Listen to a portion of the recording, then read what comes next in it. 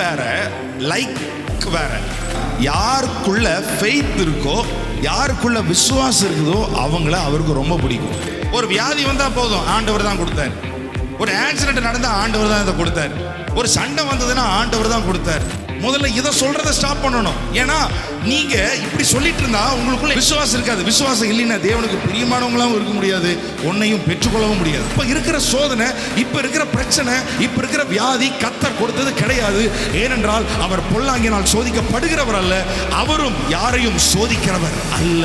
விசுவாசம் என்றால் தேவனுடைய தன்மையின் மேல, அவருடைய கேரக்டர் மேல, அவருடைய ஆக்ஷன், அவருடைய கிரியையின் மேலே நம்பிக்கை வைப்பது. அதுக்கு பேர் தான் என்னன்னா விசுவாசம். பிரச்சனை அப்படிதாங்க இருக்கும், ஆனா அதை ரொம்ப பலமுள்ளதா பார்க்காதீங்க. இயேசுதான் பலமுள்ளவர், இயேசுதான் வல்லமை உள்ளவர். இந்த அக்கினி சூளைக்கு நடுவுல போனாலும் ராஜாவே எங்களை தப்புவிக்க கர்த்தர் வல்லவராய் இருக்கிறார். சிங்க கெவிக்கும் அவர் என்னை தப்புவிப்பார், அக்கினி சூளைக்கு அவர் என்னை தப்புவிக்க அவர் வல்லமை உள்ளவர். இந்த ஆண்டவரால என் வாழ்க்கையை உயர்த்த முடியும் என்று எத்தனை பேர் நம்புறீங்க? யாருக்குள்ள ஃபெய்த் இருக்கோ அவங்கள அவருக்கு ரொம்ப பிடிக்கும். இப்போ நான் கேட்கிறேன், ஆண்டவர் உங்களை நேசிச்சா போதுமா, இல்ல உங்களை ரொம்ப பிடிக்கணுமா?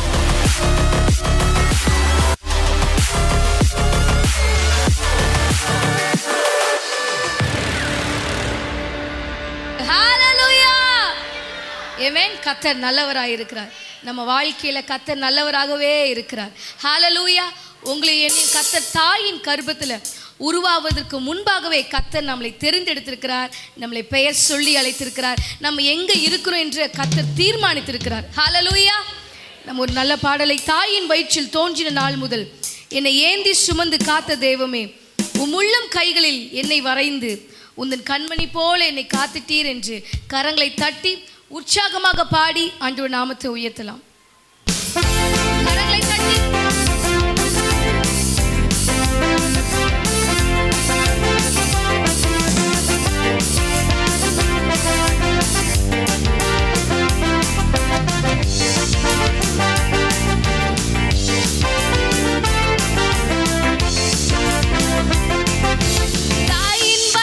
தோன்றின நாள் முதல்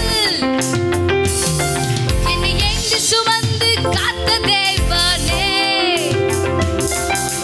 உள்ளம் கைகளில் என்னை வரைந்து கண்மணி போல என்னை காக்கின்றீ. Come on church. தாயின் வயிற்றில் தோன்றின நாள் முதல்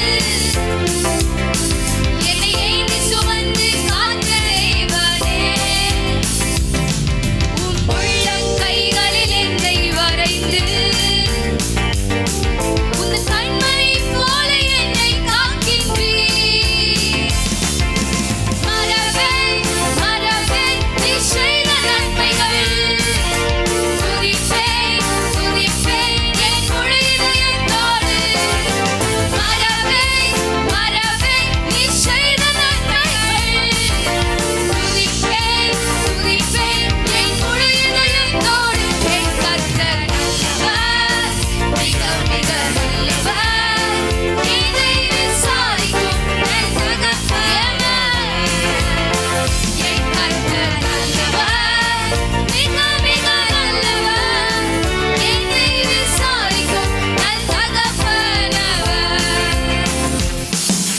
வெள்ளம் போல் சத்துரு எதிர்த்து வந்தாலும் ஆவியானவர் எனக்காய் கொடியேற்றுவீர். இதுவரை உதவி செய்த நேசரே, இனியும் உதவி செய்ய வல்லவரே. வெள்ளம் போல் சத்துரு எதிர்த்து வந்தாலும் ஆவியானவர் எனக்காய் கொடியேற்றுவீர். இதுவரை உதவி செய்த நேசரே, இனியும் உதவி செய்ய வல்லவரே.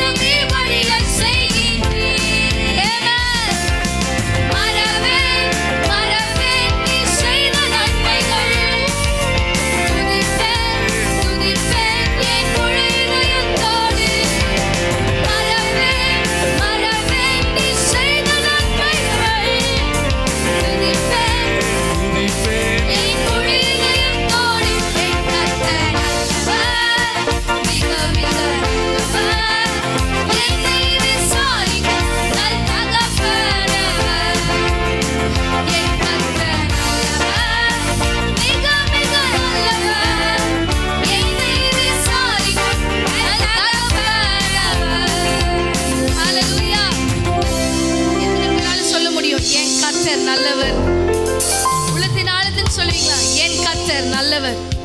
அதை சொல்லும் பொழுதே ஒரு சந்தோஷமா பாடுங்க, உற்சாகமா. என் கர்த்தர் நல்லவர், என் கர்த்தர் நல்லவர். அதை நீங்க சொல்றது பிசாசு கேட்டானா ஓடியே போயிடுவான். ஹல்லேலூயா, ஹல்லேலூயா. நல்ல உற்சாகமாக தலைக்கு மேல கரங்களை தட்டி நம்ம இதே பாடலை பாட போகிறோம். 1 2 3 ஸ்டார்ட். நல்ல சந்தோஷமாக.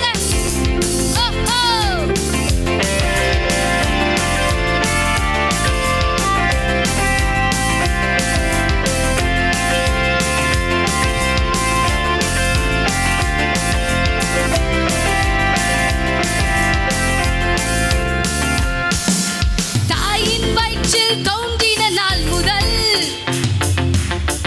என்னை என்று சுமந்து காத்த தேவனே,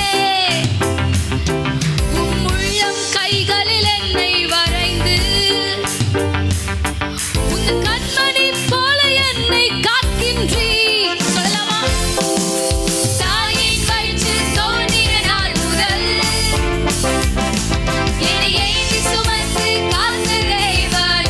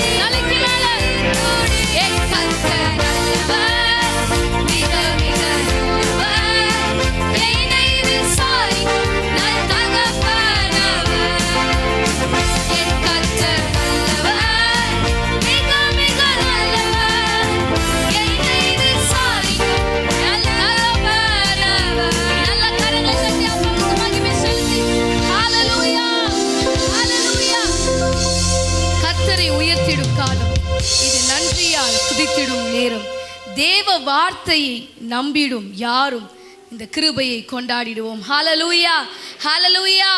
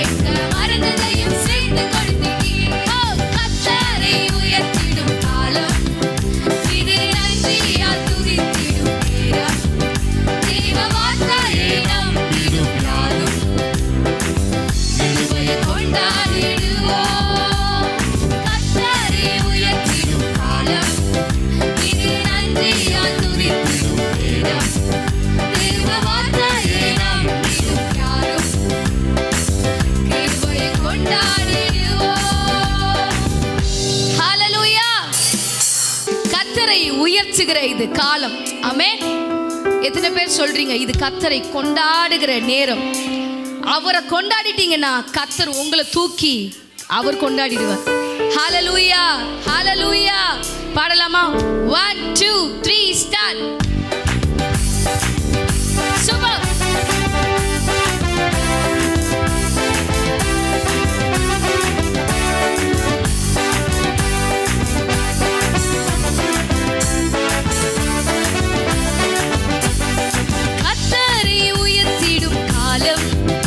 இது நன்றியால் துதித்திடும் நேரம்.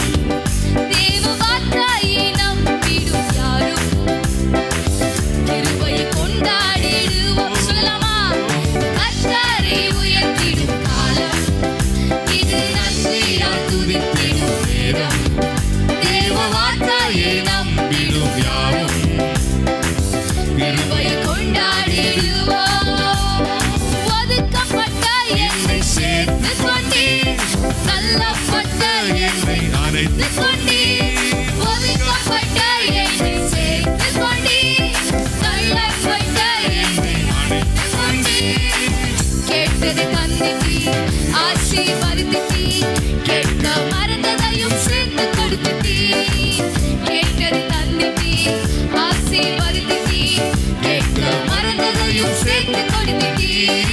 கர்த்தரை உயர்த்திடும் காலம் இது, நன்றியால் துதித்திடும் நேரம். தேவ வார்த்தையை நம்பிடும் யாரும் கிருபை கொண்டாடிடுவோம்.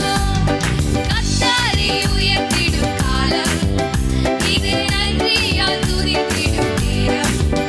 தேவ வார்த்தையை நம்பிடும் யாரும் கிருபை கொண்டாடிடுவோம். தோல்வி இல்லை எனக்கு, தோய்வும் இல்லை, எவரை கண்டும் எனக்கு பயமும் இல்லை. தோல்வி இல்லை எனக்கு, தோய்வும் இல்லை, எவரை கண்டும் எனக்கு பயமும் இல்லை. அழைத்த ஆண்டவர் என்னோடு இருக்க ஒருபோதும் அசைக்கப்படுவதில்லை. அழைத்த ஆண்டவர் என்னோடு இருக்க ஒருபோதும் அசைக்கப்படுவதில்லை. கர்த்தரை உயர்த்திடும் காலம் இது, நன்றியால் துதித்திடும் நேரம். தேவ வார்த்தையை நம்பிடும் யாரும் கிருபை கொண்டாடிடுவோம். கர்த்தரை உயர்த்திடும் காலம் இது, நன்றியால் துதித்திடும் நேரம். தேவ வார்த்தையை நம்பிடும் யாரும் கிருபை கொண்டாடிடுவோம். கலவீன நேரத்தில் சுமந்து கொண்டீர், தோல்வியின் நேரத்தில் தோள் கொடுத்தீர். கலவீன நேரத்தில் சுமந்து கொண்டீர், தோல்வியின் நேரத்தில் தோள் கொடுத்தீர். இதுவரை காத்தவர் இனிமேல் காத்திடுவீர் என்ற நிச்சயம் எனக்கு தந்தீர். இதுவரை காத்தவர் இனிமேல் காத்திடுவீர் என்ற நிச்சயத்தை எனக்கு தந்தீர். கர்த்தரை உயர்த்திடும் காலம் இது, நன்றியால் துதித்திடும் நேரம். தேவ வார்த்தையை நம்பிடும் யாரும் கிருபை கொண்டாடிடுவோம். கர்த்தரை உயர்த்திடும் காலம் இது, நன்றியால் துதித்திடும் நேரம். தேவ வார்த்தையை நம்பிடும் யாரும் கிருபை சொல்லாம தோல்வி இல்லை, தோல்வி இல்லை எனக்கு, தோய்வும் இல்லை, எவரை கண்டும் எனக்கு பயமும் இல்லை. தோல்வி இல்லை எனக்கு, தோய்வும் இல்லை, எவரை கண்டும் எனக்கு பயமும் இல்லை. அழைத்த ஆண்டவர் என்னோடு இருக்க ஒருபோதும் அசைக்கப்படுவதில்லை. அழைத்த ஆண்டவர் என்னோடு இருக்க ஒருபோதும் அசைக்கப்படுவதில்லை. கர்த்தரை உயர்த்திடும் காலம் இது, நன்றியால் துதித்திடும் நேரம். தேவ வார்த்தையை நம்பிடும் யாரும் கிருபை கொண்டாடிடுவோம். கர்த்தரை உயர்த்திடும் காலம் இது, நன்றியால் துதித்திடும் நேரம். தேவ வார்த்தையை நம்பிடும் யாரும் கிருபை கொண்டாடிடுவோம். கரங்களை தட்டி ஷகரலதனமமா. மலைகள் விலகி போனாலும், பர்வதங்கள் பெயர்ந்து போனாலும், அவர் நம்ம மேல வைத்திருக்கிற கிருபை, அவர் நம்ம மேல வைத்திருக்கிற அந்த அன்பு, அந்த இரக்கம், அந்த தயவு ஒரு நாளும் மாறவே மாறாது. உலகத்துல எது மாறினாலும் மாறும், எது வேணாலும் மாறும். ஆனா ஒன்னே ஒன்று மாறாததுன்னா, அப்பா நம்ம மேல வைத்த அன்பு ஒரு நாளும் அது மாறவே மாறாது. நீங்க மாறலாம், உங்க உற்றார் உறவினர் நண்பர்கள் மாறலாம், ஆனா அவர் ஒருவர் மாறவே மாட்டார். ஹalleluya, ஹalleluya. கரங்களை தட்டி பாடலாமா? மலைகள் விலகி போனாலும், பர்வதங்கள் பெயர்ந்து போனாலும், அவர் கிருபை, அவர் இரக்கம் மாறாது என் வாழ்விலே.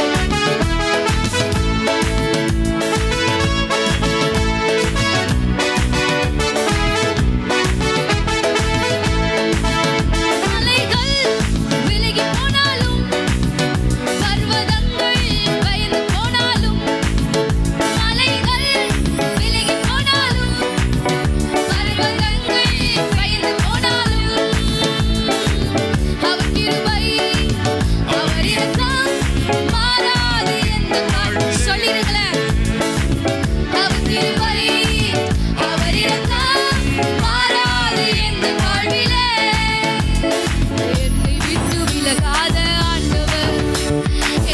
ஒருபோதும் கைவிடாத சிநேகிதர், என்னை விட்டு விலகாத ஆண்டவர், என்னை ஒருபோதும் கைவிடாத சிநேகிதர், எனக்காக ஜீவன் தந்த ரட்சகர், என் வாழ்வில் என்றும் போதுமானவர், எனக்காக ஜீவன் தந்த ரட்சகர், என் வாழ்வில் என்றும் போதுமானவர்.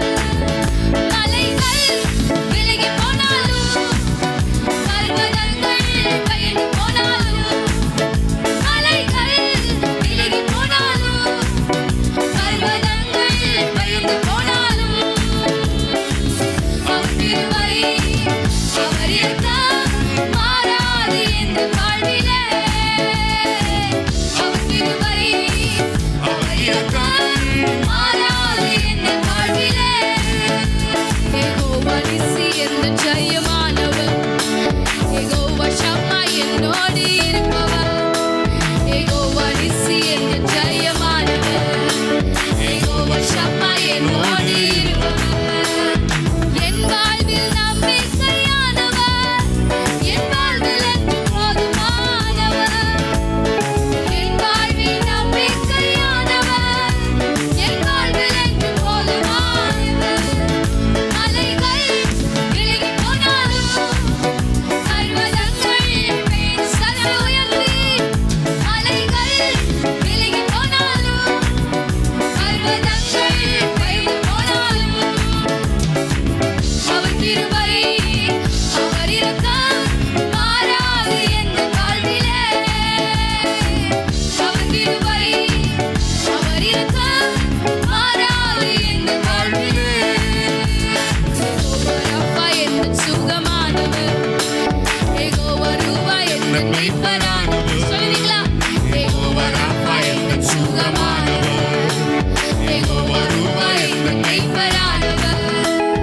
வழுவாமல் என்னை என்றும் காப்பவர், என் வாழ்வில் என்றும் போதுமானவர். வழுவாமல் எங்களை காப்பாற்றுகிறவரே, என் வாழ்வில் என்றும் போதுமானவர். மலைகள் விலகி போனாலும், பர்வதங்கள் பெயர்ந்து போனாலும், மலைகள் விலகி போனாலும், பர்வதங்கள் பெயர்ந்து போனாலும், அவர் கிருபை, அவர் இரக்கம் மாறாது எந்த வாழ்விலே. ஷகலலலலே, இரக்கமாய் மாறாது எந்த வாழ்விலே. அவர் கிருபை, அவர் கிருபை, அவர் இரக்கம் மாறாது எந்த வாழ்விலே. அவர் கிருபை, அவர் இரக்கம் மாறாது எந்த வாழ்விலே. அவர் கிருபை, அவர் கிருபை, அவர் இரக்கம் மாறாது எந்த வாழ்விலே. அவர் கிருபை, அவர் இரக்கம் மாறாது எந்த வாழ்விலே. அவர் கிருபை, அவர் இரக்கம் மாறாது எந்தன் வாழ்விலே. கரங்களை உயர்த்தி சொல்லலாமா? அவர் கிருபை, அவர் இரக்கம் ஷகலலலலா. ஓ, என் வாழ்விலே. Thank you, Holy Spirit.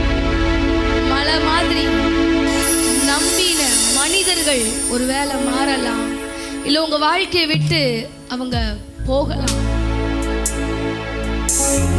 கடைசி வரைக்கும் இவங்க எனக்கு சப்போர்ட்டா இருப்பாங்க அப்படின்னு நீங்க நினைத்த நபர்கள் உங்களை விட்டு பிரிந்து சென்றிருக்கலாம். கவலைப்படாதீங்க. மலைகள் விலகினாலும், பர்வதங்கள் பெயர்ந்து போனாலும், அவர் உங்க மேல வைத்த அன்பு, அவர் உங்க மேல வைத்த கிருபை, அது ஒரு நாளும் மாறாது. யார் மாறினாலும் அவர் மாறவே மாட்டார்.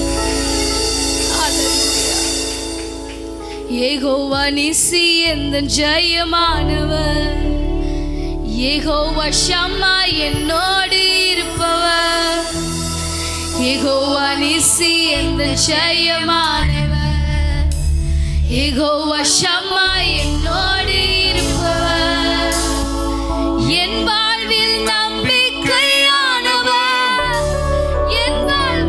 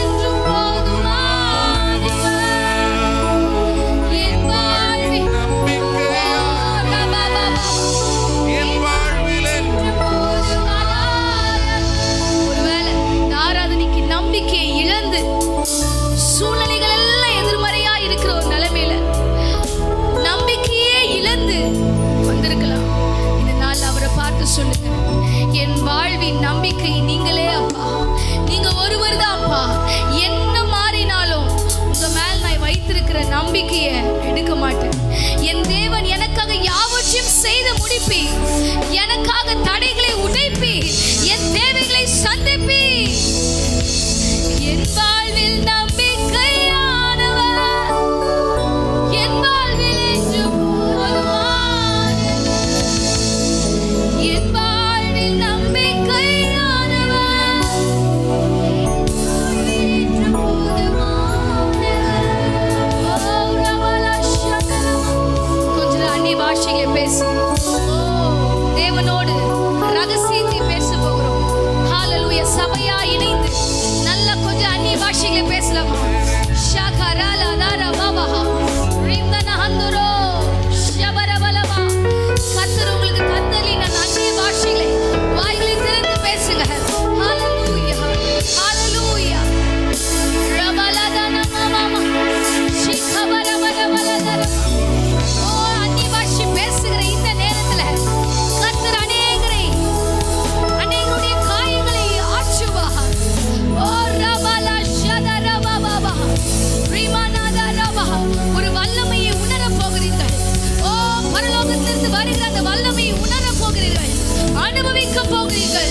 ஷரலதரபபப ரிகமனமனமுனதரப ஷரலதரபோ ரிந்தனலதரபோ ஷகதரலதரப ரந்தலலலலலலலபோ ஷமமமமம ரிமனதனகதரபபப ஷரலதரப. எங்களை வலுவாமல் காப்பாற்றுகிறவரே.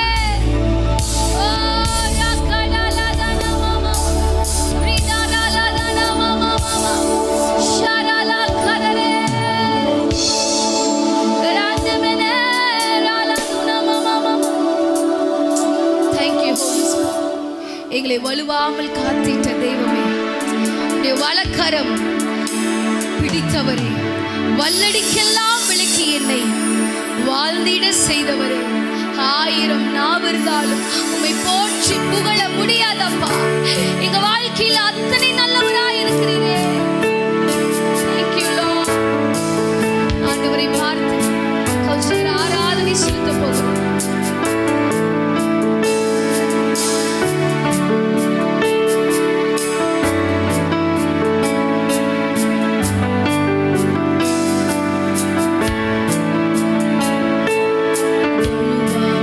காத்திட்ட தேவனே, உம் வலக்கரம் பிடித்தவரே,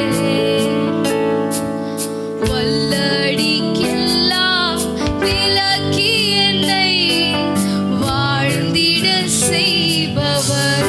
சொல்லலாமா சபையாரை சேர்ந்து? காத்திட்ட தேவனே, என் வலக்கரம் பிடித்தவரே, வல்லடிக்கெல்லாம் விலக்கி என்னை வாழ்ந்திட செய்பவரே. 1000 நாவிருந்தாலும்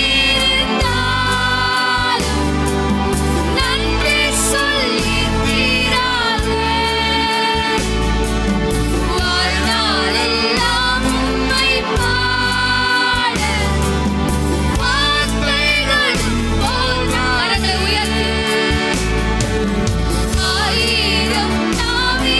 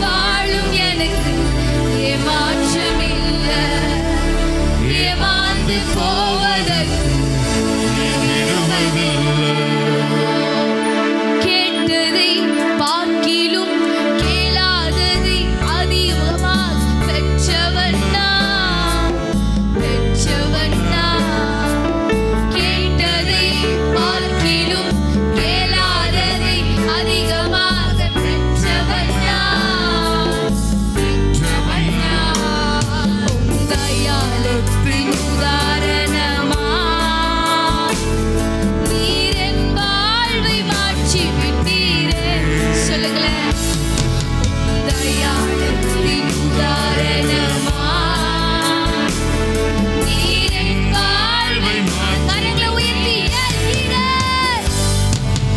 ஏல்கிறே போதுமானவரே தேவையிலும் அதிகமானவரே ஏல்கிறே போதுமானவரே தேவையிலும் அதிகம் என்னை கையேந்து விடல என்னை தலை குனியவும் விடல என்னை கையேந்து விடல என்னை தலை குனியவும் விடல உம்மை நம்பி வாழ்பவர் ஏமாந்து போவதற்கு நீ விடுவதில்லை உம்மை நம்பி வாழும் எனக்கு ஏமாற்றமில்லை ஏமாந்து போவதற்கு குப்பையில் பிறந்து கிருபையால் அரியணையில் அமர்ந்தவன் நான் குப்பையில் பிறந்து கிருபையால் அரியணையில் அமர்ந்தவன் நான்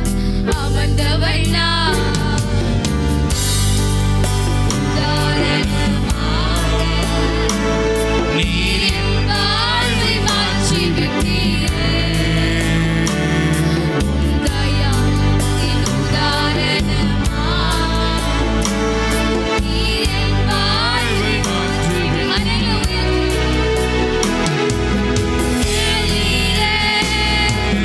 போதுமானவரே தேவையிலும் அதிகமானவரே போதுமானவரே தேவையிலும் அதிகமானவரே கையேந்து விடல என்னை தலை குனியவும் விடல என்னை கையேந்து விடல என்னை தலை குனியவும் விடல உம்மை நம்பி வாழ்பவர்க்கு ஏமாற்றமில்லை ஏமாந்து போவதற்கு நீ விடுவதில்லை உம்மை நம்பி வாழும் எனக்கு ஏமாற்றமில்லை ஏமாந்து போவதற்கு நீ விடுவதில்லை கேட்டதை பார்க்கிலும் கேளாததை அதிகமாக பெற்றவன் நான் கேட்டதை பார்க்கிலும் கேளாததை அதிகமாக பெற்றவன் நான் தயாளத்தின் உதாரணமாக நீரின் வாழ்வை மாற்றி விட்டீர் தயாளத்தின் உதாரணமாக நீரின் வாழ்வை மாற்றி விட்டீரே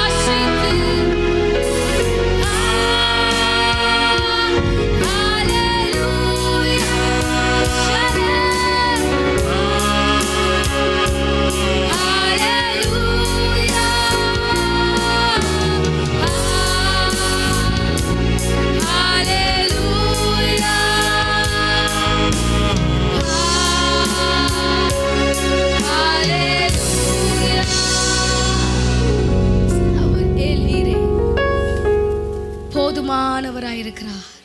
உங்கள் தேவைகளை எல்லாவற்றையும் அவரே சந்திக்கிற வல்லவராயிருக்கிறார். பயப்படாதே, நான் உனக்கு துணை நிற்கிறேன் என்று சொன்னவர் இந்த மாதத்தில் அவர் நமக்கு துணையாக இருக்கிறத நீங்கள் பார்க்க போறீங்க. மீதியான வேலை நீங்கள் பொறுப்பெடுத்து வழி நடத்துங்க. இயேசுவ நாமத்தில் பிதாவே, ஆமென். ஹல்லேலூயா, ஹல்லேலூயா, பிரைஸ் காட். யானை வரும் பின்னே மணி ஓசை வரும் முன்னே அப்படின்னு சொல்லி நம்ம பழமொழி நீங்கள் கேள்விப்பட்டிருப்பீங்க. யானை வர்றதுக்கு முன்னாடி அந்த மணி ஓசை முதல்ல கேட்கும். அந்த மாதிரி வசனம் உங்களுக்கு நேராக வரும் பொழுதே நல்லா தெரிஞ்சுக்கணும், அடுத்தது என்ன வரப்போகுதுன்னா அற்புதம் நடக்க போகுது. அற்புதம் நடந்ததுக்கப்புறம் நான் விசுவாசிக்கிறேன் நினைக்கக்கூடாது. வசனம் வரும்போதே அடுத்தது என்னதான் வரும். நீங்கள் நினைக்கிற காரியம், நீங்கள் நினைக்கிற அற்புதங்கள், அதிசயங்கள் எல்லாம் பின்னாடியே வந்துட்டே இருக்கும். ஹல்லேலூயா. யானையை போய் மறைக்க முடியுமா? என்னடா மணி சத்தம் கேட்டுச்சு கடைசியில் யானை காணோம் அப்படின்னு சொல்ல முடியுமா? மணி ஓசை கேட்டுதுன்னா கண்டிப்பாக அடுத்தது என்னதான் வரணும்? யானை கண்டிப்பாக வரும். ஹல்லேலூயா. அதனால் உங்களுடைய வாழ்க்கையில் கர்த்தர் வார்த்தையை அனுப்புகிறார் என்றால் அதோடு கூட கண்டிப்பாக நாம் எதிர்பார்க்கிற காரியங்கள் வரும், கண்டிப்பாக வரும். ஆமென், பிரைஸ் காட். ஸோ வார்த்தைக்கு நேராக நாம் கடந்து செல்வோம்.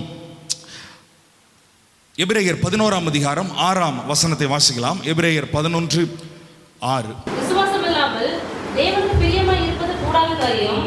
ஏனென்றால் தேவனிடத்தில் சேருகிறவன் அவர் உண்டென்றும் அவர் தம்மை தேடுகிறவர்களுக்கு பலன் அளிக்கிறவர் என்றும் விசுவாசிக்க வேண்டும். நல்லா கவனிங்க. நம்முடைய சபைக்கு ஆண்டவர் வாக்குத்தத்தம் கொடுத்திருக்கிறார். தேவரீர் என்னை ஆசீர்வதித்து என் எல்லையை பெரிதாக்கி, உங்களுடைய எல்லைகள் எல்லாம் நிச்சயமாக விரிவாக மாறும். உங்களுடைய எல்லைகள் எல்லாம் பெரிதாகும். கர்த்தர் உங்களை ஆசீர்வதிப்பார். இந்த வருஷத்திற்குள்ள கண்டிப்பாக அது நடக்கும். ஒவ்வொருவருடைய எல்லைகளும் பெரிதாக மாறும். அதில் எந்த ஒரு மாற்றமும் இல்லை. ஆமென். சில நிலங்களை, சில இடங்களை நீங்கள் சுதந்திரித்துக் கொள்வீர்கள். இந்த வருஷம் முடிகிறதுக்குள்ள 2 வீடு நம்ம பிரதிஷ்டை பண்ணியிருக்கிறோம். சிலர் இடங்களை வாங்கி இருக்கிறார்கள், சிலர் கட்டி கொண்டிருக்கிறார்கள், வீடுகளை கட்டி கொண்டிருக்கிறார்கள். உங்களுடைய குடியிருப்பின் எல்லைகளை ஆண்டவர் விசாரமாக்குவார். கர்த்தர் ஒன்று சொன்னார்னா அதை கண்டிப்பாக செய்வார். ஹல்லேலூயா. அதனால் இன்னும் எனக்கு கிடைக்கல அப்படின்னு நினைக்காதீங்க. அதெல்லாம் வந்து கொண்டிருக்கிறது, உங்களுக்கு வந்து கொண்டிருக்கிறது. நான் சொல்கிறேன், கவர்மெண்ட்லேருந்து உங்களுக்கு வரலனாலும் மேலேருந்து உங்களுக்கு வந்து கொண்டே இருக்கிறது. ஹல்லேலூயா. இந்த வார்த்தையை நீங்கள் விசுவாசிக்க இந்த வார்த்தையை நீங்கள் நம்ப கர்த்தர் அற்புதங்களை உங்கள் வாழ்க்கையில் செய்து கொண்டே இருப்பார். ஹல்லேலூயா. விசுவாசத்தை மட்டும் ஒரு நாளும் தளர விடக்கூடாது. சரி, விசுவாசம் இல்லாமல் தேவனுக்கு பிரியமாய் இருப்பது கூடாத காரியம். தேவன் எல்லார் மேலேயும் அன்பா இருக்கிறார். எல்லார் மேலேயும், உலகத்தில் இருக்கிற அத்தனை பேர் மேலே எப்படி இருக்கிறாரு? அன்பாக இருக்கிறார். மிகப்பெரிய கொடூரமான பாவியின் மேலேயும் அவர் அன்பா இருக்கிறார். உங்களை தொந்தரவு படுத்திட்டு இருக்கிற உங்க பக்கத்து வீட்டுக்காரர் மேலேயும் அவங்க எப்படி இருக்கிறாரு? அன்பா இருக்கிறார். உங்களுக்கு யாரு ரொம்ப பரம எதிரி நினைக்கிறீங்களோ அவங்க மேலேயும் அவர் எப்படி இருக்கிறாரு? அதான் நமக்கு ப்ராப்ளமா இருக்குது இப்போ. ஆமா, அவனை போட்டு தள்ளாம இன்னும் அவங்க மேல அன்பா இருக்கிறீங்களே.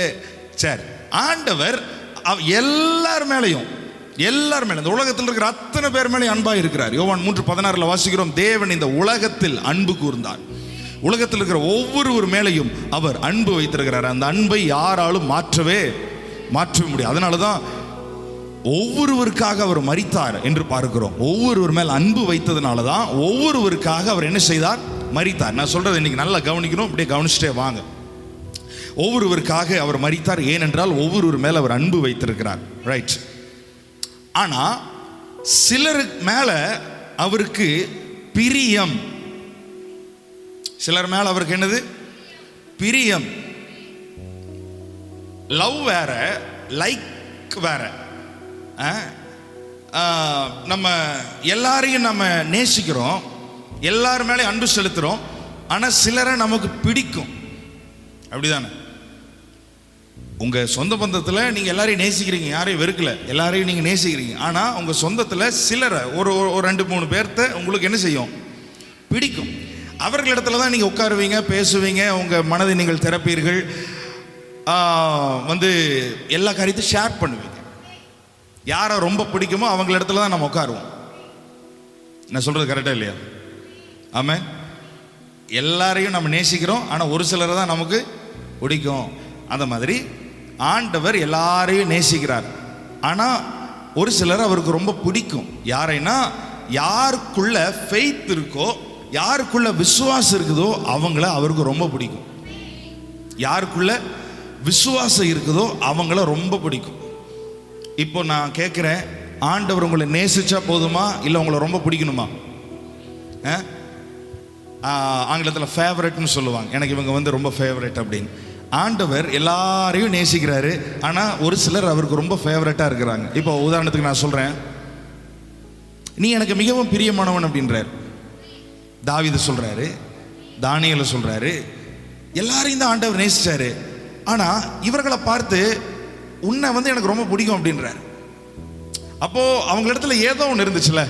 இங்கே நம்ம வாசிக்கிறோம், விசுவாசம் இல்லாமல் தேவனுக்கு அன்பாக இருப்பதுன்னு சொல்லலை, தேவனுக்கு பிரியமாக இருப்பது கூடாத காரியம். ஆமென். அப்போது ஆண்டவருக்கு பிரியமாக, அவருடைய இருதயத்துக்கு ஏற்றவங்களா, அவருடைய ஃபேவரட்டாக நீங்கள் மாறணும்னா உங்களுக்குள்ள என்ன தேவை? உங்களுக்குள்ள என்ன தேவை? விசுவாசம் தேவை. எல்லாம் சொல்லுங்க, உங்களுக்குள்ள என்ன தேவை? ஆண்டவருக்கு நீங்கள் பிரியமாக மாறணும்னா உங்களுக்கு என்ன தேவை? என்ன தேவை? விசுவாசம். விசுவாசம் தேவை. ஏனென்றால் தேவனிடத்தில் சேருகிறவன் அவர் உண்டென்றும் தம்மை தேடுகிறவருக்கு பலனளிக்கிறவர் என்றும் என்ன செய்ய வேண்டும்? விசுவாசிக்க வேண்டும். அப்போ விசுவாசம் நமக்குள்ள இருக்கும் பொழுது யாருக்கு பிரியமானவர்களாக மாறுகிறோம்? தேவனுக்கு பிரியமானவங்களா மாறுறோம். அப்படியா? கரெக்ட். சரி, இப்போ தேவனுக்கு பிரியமானவர்களாக நாம் இருக்கணும்னா நமக்குள்ள விசுவாசம் தேவை. ஒன்று.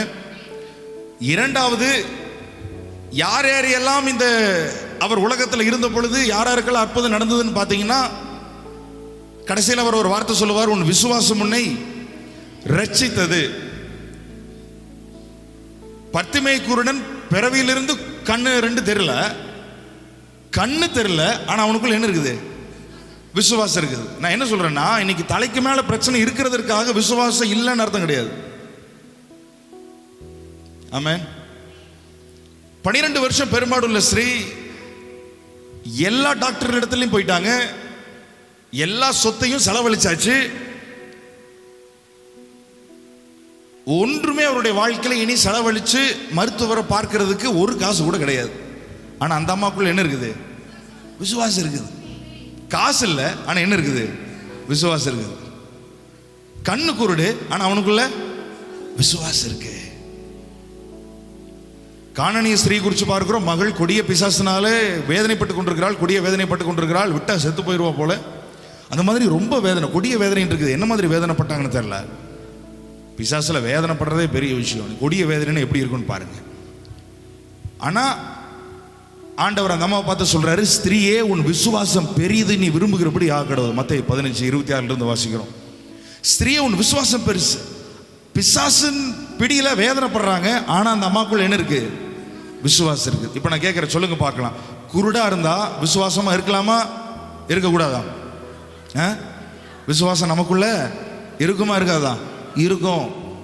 சரீரத்தில் வியாதி அந்த வியாதி சரியாகிறதுக்காக நீங்க உங்க சொத்தையே வித்து செலவு பண்ணாலும் உங்களுக்குள்ள விசுவாசம் இருக்குமா இருக்காதா? இருக்கும். அப்போ விசுவாசத்துக்கும் உங்கள்கிட்ட இருக்கிற பணத்துக்கும் சம்பந்தம் கிடையாது, அல்லது விசுவாசத்துக்கும் உங்களிடத்தில் இருக்கிற பிரச்சனைக்கும் ஒரு சம்பந்தமும் கிடையாது. ஒரு சம்பந்தமும் கிடையாது. ஆமென். உங்க பிரச்சனை வேற, விசுவாசம் வேற. ஆமென். பிரச்சனை நிறைய உங்க விசுவாசத்தை ஒரு நாள் அது தடை செய்யவே செய்யாது. ஹல்லேலூயா, ஹல்லேலூயா. எனக்கு ரொம்ப காய்ச்சல் அதிகமாக இருக்குதுங்க, இருமல் அதிகமாக இருக்குது, அதனால விசுவாசமே இல்லைங்க அப்படின்னாலும் சொல்ல முடியாது. சாகர நிலைமையில் இருந்தால் கூட உங்களுக்குள்ள என்ன இருக்கலாம்? விசுவாசம் இருக்கலாம். உங்களுக்குள்ள விசுவாசம் இருக்கும். ஒரு மகள் செத்தே போயிட்டா. இயேசு சொல்றாரு எவர்கிட்ட, பயப்படாத, விசுவாசம் உள்ளவனா இரு அப்படின்றாரு. விசுவாசத்தை எங்க கொண்டு போய் வைக்கிறாரு பாருங்க. செத்து போனா கூட நம்ம எப்படி இருக்கலாம்? நம்பிக்கையா இருக்கலாம், விசுவாசமா இருக்கலாம். சே, எவ்வளவு சூப்பரா இருக்குதுல்ல.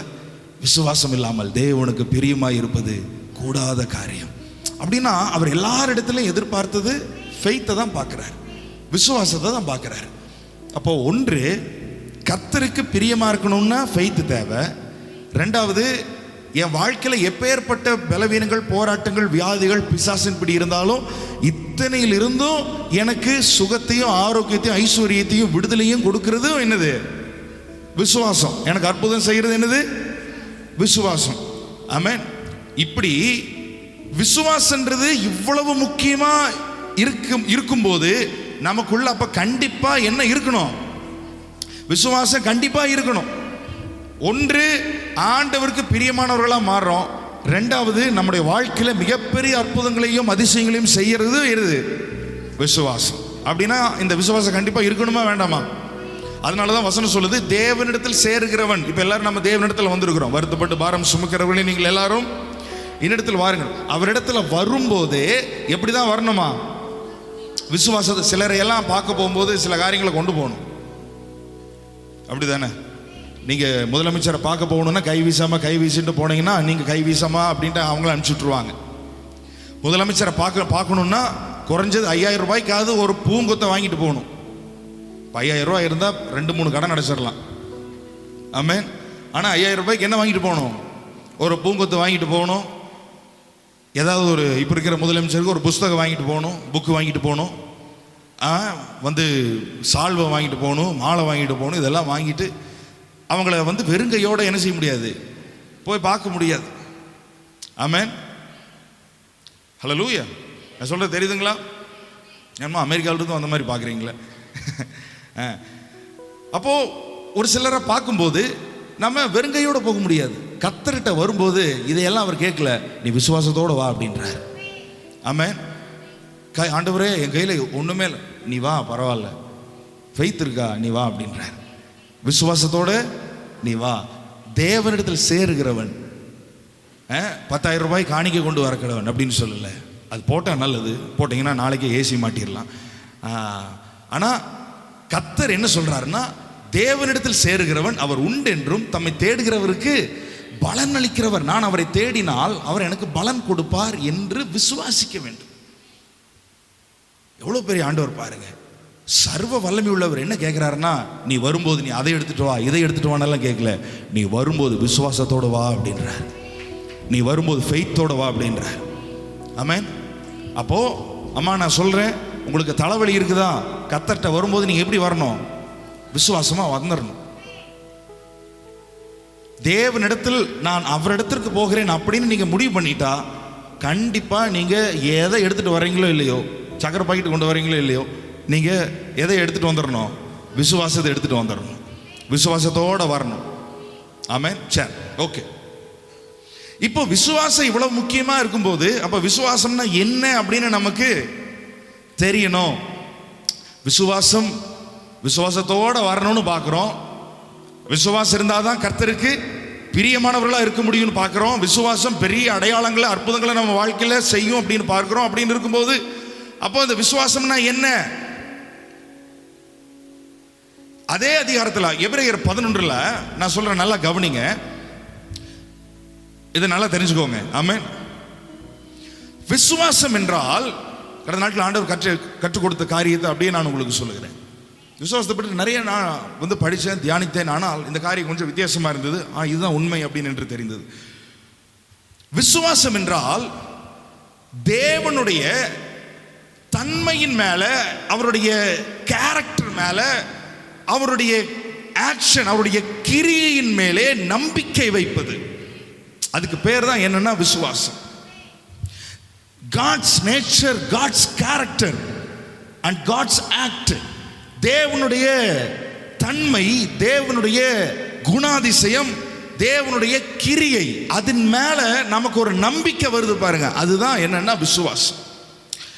உங்களுக்கு புரியுற மாதிரி நான் சொல்றேன். வசனம் சொல்லுது 34ஆம் சங்கீதத்தில், கர்த்தர் நல்லவர் என்பதை ருசித்து பாருங்கள். இது அவருடைய கேரக்டர், இது அவருடைய நேச்சர். காட்ஸ் நேச்சர் என்னன்னா, காட் இஸ் குட். தேவன் நல்லவராக இருக்கிறார். கர்த்தர் எப்படி இருக்கிறார்? நல்லவர்.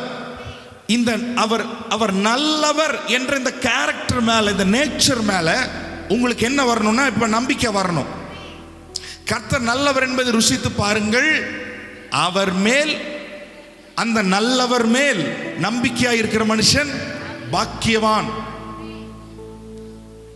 விசுவாசம் என்றால் தேவனுடைய செயலின் மேலே, அவருடைய வல்லமையான செயலின் மேல உங்களுக்கு ஒரு நம்பிக்கை வருது பாருங்க. ஆண்டவர் செஞ்சிருவாருங்க, ஆண்டவர் நடத்துவார். அந்த எபிரேயர் 11:11 வசனத்துல நம்ம இப்படி வாசிக்கிறோம். சாராளமா பத்தி இருக்குது. விசுவாசத்தினாலே சாராளும் வாக்குத்தத்தம் பண்ணினவர் உண்மையுள்ளவர். அவங்க பாருங்க, அதாவது அதுக்கு முன்னாடி நான் இன்னொன்னு சொல்றேன். தேவனிடத்தில் வரும்போது எப்படி வரணும்? இது வரைக்கும் உங்களுக்கு புரிஞ்சுதா? ஆண்டவர்கிட்ட வரும்போது எப்படி வரணும்? விசுவாசத்தோடு வரணும். ரெண்டாவது நான் இன்னொன்னு சொல்றேன். தேவன்கிட்ட வரும்போது விசுவாசத்தோடு வரணுன்றது ஒரு பக்கம் இருந்தாலும், நீங்க உங்களுக்குள்ள இருக்கிற விசுவாசத்தை நீங்க பார்க்க கூடாது. ஆமென். என்னையா வம்பா இருக்குது, விசுவாசத்தோடு வரணும்னு சொல்லிட்டு அப்புறம் விசுவாசத்தை பார்க்க கூடாதுன்னு என்ன அர்த்தம்? நல்லா கவனிங்க. ஆமென். ஒருத்தர் தேவனை கொண்டு வருவோம். வாங்க, ஒரே நிமிஷம் வாங்கல, 2 minutes. Praise God. இவர் தான் கொஞ்ச நேரத்துக்கு கடவுளாக மாற்றி வச்சிருவோம். நீங்க என்ன இல்லைங்க. Praise God. Hallelujah. அப்படின்னு என்ன பார்த்த மாதிரி இல்லைங்க. ரைட். தேவனிடத்தில், அவர் தான் பிதாவாகிய தேவன் வச்சுக்குவோம். தேவனிடத்தில் சேர்கிறவன் அவர் உண்டென்றும் தம்மை தேடுகிறவர்களுக்கு பலன் அளிக்கிறவர் என்றும் விசுவாசிக்கிறவன். தேவனிடத்தில் வரும்போது என்ன எப்படி வரணும்? சத்தமா சொல்லுங்க, சத்தமா சொல்லுங்க. தேவனிடத்தில் வரும்போது எப்படி வரணும்? விசுவாசமா வரும். சரி, இப்போ எனக்கு ஒரு பிரச்சனை இருக்கு. எத்தனை பேருக்கு பிரச்சனை இருக்குது? பரவாயில்ல, 4 பேருக்கு தான் பிரச்சனை இருக்குது. ரொம்ப சந்தோஷம், பரவாயில்ல. ஜெபிச்ச ஜெப வீணா போகல. சரி, அந்த 4 பேர் மட்டும் கடைசியில் என்ன பிரச்சனை சொல்லிட்டு போங்க, அதையும் முடிச்சிருவோம். ஆமென். பிரச்சனை உள்ள நான் தேவனிடத்தில் வருகிறேன். தேவனிடத்தில் வரும்போது வசனம் என்ன சொல்லுது? விசுவாசத்தோட வரணும். ஆனா நான் என்ன செய்யக்கூடாதுன்னா, எனக்குள் இருக்கிற விசுவாசம் எவ்வளவுன்னு பார்த்துட்டு வரக்கூடாது. விசுவாசத்தை பார்க்கிறது இவர். ஆமென். எனக்குள் இருக்கிற விசுவாசத்தை யார் பார்க்கிறா? தேவன் தான் பார்க்கிறாரு, நான் பார்க்க கூடாது. நான் என் விசுவாசத்தை பார்த்தேன்னா இருக்கிற விசுவாசம் குறைஞ்சு போயிடும். ஐயோ, ஆண்டவர்கிட்ட வரும்போது எப்படி வரணும்? விசுவாசமா வரணுமே, விசுவாசமா வரணுமே, விசுவாசமா வரணுமே. விசுவாசம் எவ்வளோ இருக்குது? எனக்கு 1/2 லிட்டர் இருக்குதா, 1 லிட்டர் இருக்குதா, எனக்கு 5 லிட்டர் இருக்குதா, எவ்வளோ இருக்குது? அவங்களாம் விசுவாசத்தில் இருக்கிறாங்களே, நான் விசுவாசத்தில் இல்லையே அப்படின்னு நீங்க உங்க விசுவாச அளவை பார்த்துட்டு தேவனிடத்துல வரக்கூடாது. அப்போ தேவனிடத்துல வரும்போது நீங்க யாரை பார்க்கணும்னா, நீங்க தேவனை பார்க்க வேண்டும். நீங்க தேவனை பார்த்தா தேவன் உங்களுக்குள்ள இருக்கிற விசுவாசத்தை பார்ப்பார். இதான் நீங்க செய்யுது. ஆமென். நீங்க உங்களுக்குள்ள இருக்கிற விசுவாசத்தை பார்த்தா கீழே போயிருவீங்க. இப்போ சாராளமாக்கு 90 வயசு, ஆபிரகாமுக்கு 100 வயசு. இவர்களுக்கு கொடுத்த வாக்குத்தத்தமும் ரொம்ப பெருசு. ஆமென். நமக்கு ஆண்டவர் நிறைய வாக்குத்தத்தம் கொடுத்துருக்கிறாருல்ல. நீயும் அநேக ஜாதிகளுக்கு கடன். நீங்க அந்த வாக்குத்தத்தத்தை மட்டும் பார்த்துட்டு இருந்தீங்கன்னா சோர்ந்து போயிருவீங்க. ஏன்னா நம்ம நிறைய ஜாதிகள் இடத்துல கடன் வாங்கி வச்சிருக்கிறோம். ஆனா வசனம் என்ன சொல்லுது? நீயும் அநேக ஜாதிகளுக்கு என்ன கொடுப்பாய்? கடன் கொடுப்பாய். நீங்க அந்த வாக்குத்தத்த வசனத்தை மட்டும் பார்த்தா சோர்ந்து போயிருவீங்க. என்னடா அது வசனம், கடன் 5 லட்சம் கடன் இருப்பீங்க. அந்த வசனத்தை பார்க்கும்போது நடாது இது கடன் கொடுப்பான்னு சொல்லுது, என் வாழ்க்கை இப்படி இருக்குது. அதே மாதிரி ஆபிரகாம் குழந்தை கொடுப்பேன்னு சொல்லிட்டாரு. ஆனா சரீரம் செத்து போயிடுச்சு, சாராளுடைய கர்ப்பமும் செத்து போயிடுச்சு. அந்த சூழ்நிலையில ஐயோ எனக்கு விசுவாசம் பத்தலையே, எனக்கு விசுவாசம் இல்லையே, எனக்கு விசுவாசம் இல்லையே அப்படின்னு அவங்க 2 பேரும் அவங்க விசுவாசத்தை பார்க்கல. அவர்கள் 2 பேரும் தேவனை பார்க்க ஆரம்பித்தார்கள். ஆமென். வாக்குத்தத்தம் பண்ணினவர், வாக்குத்தத்தம் இல்ல. அதுதான் நான் சொல்றேன். நீ கடன் கொடுப்பாயின்னு இருக்குது பாத்தீங்களா, அந்த வாக்குத்தத்தத்தை பார்த்தா சோர்ந்து போயிருவீங்க. ஆனா அதை சொன்னவர் யாருன்னு பாத்தீங்கன்னா அப்பதான் நமக்குள்ள விசுவாசம் வர ஆரம்பிக்கும். ஆமென். வாக்குத்தத்தம் பண்ணினவர் அவரை பார்க்கணும். ஹல்லேலூயா. அதான் அவருடைய நேச்சர், அவருடைய அந்த செயல், அவருடைய கேரக்டர், காட்ஸ் கேரக்டர். தேவனுடைய கேரக்டரை பார்க்க பார்க்க எனக்குள்ள என்ன வர ஆரம்பிக்குது? ஃபெய்த் வர ஆரம்பிக்குது. ஃபெய்த்தை பார்க்குற வரைக்கும் ஃபெய்த் வராது. விசுவாசத்தை பார்க்குற வரைக்கும் விசுவாசம் வராது. கர்த்தர் நல்லவர் என்பதை ருசித்து பாருங்கள். அவர் மேல் நம்பிக்கை இருக்கிற மனுஷன் அதுக்கப்புறம் தான் நம்பிக்கை வருமா. கர்த்தர் வல்லவர் என்று பார்க்கணும். அப்போ 11ஆம் வசனத்துல விசுவாசத்தினாலே சாராளும் வாக்குத்தத்தம் பண்ணினவர் உண்மை உள்ளவர் என்று எண்ணி கர்ப்பந்தரிக்க பலனடைந்து வயது சென்றவளா இருந்தும் பிள்ளை பெற்றாள். டாக்டர் சொல்லியிருப்பாங்க, கொஞ்சம் முன்னாடி வந்திருந்தீங்கன்னா காப்பாத்திருக்கலாமே. இன்னைக்கு எத்தனை பேர் விசுவாசிக்கிறீங்க? நான் ஆராதிக்கிற தேவனால் வயது போனாலும் காலம் தாழ்ந்து போயிருந்தாலும் என் தேவனால் இன்றைக்கு எனக்கு ஒரு அற்புதத்தை செய்ய முடியும். ஆமென். தேவனுடைய செயலின் மேல, கர்த்தருடைய கிரியையின் மேல நமக்கு ஒரு விசுவாசம் வரும். அவர் அதை நீங்க பார்க்கணும். அதை பார்க்கும் போது எனக்குள்ள என்ன வருகிறது?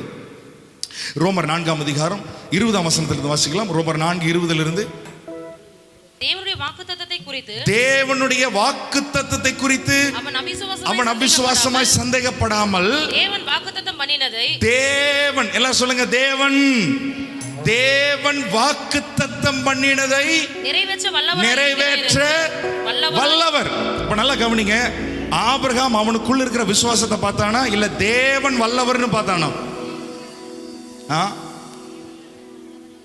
தேவன் வல்லவர்.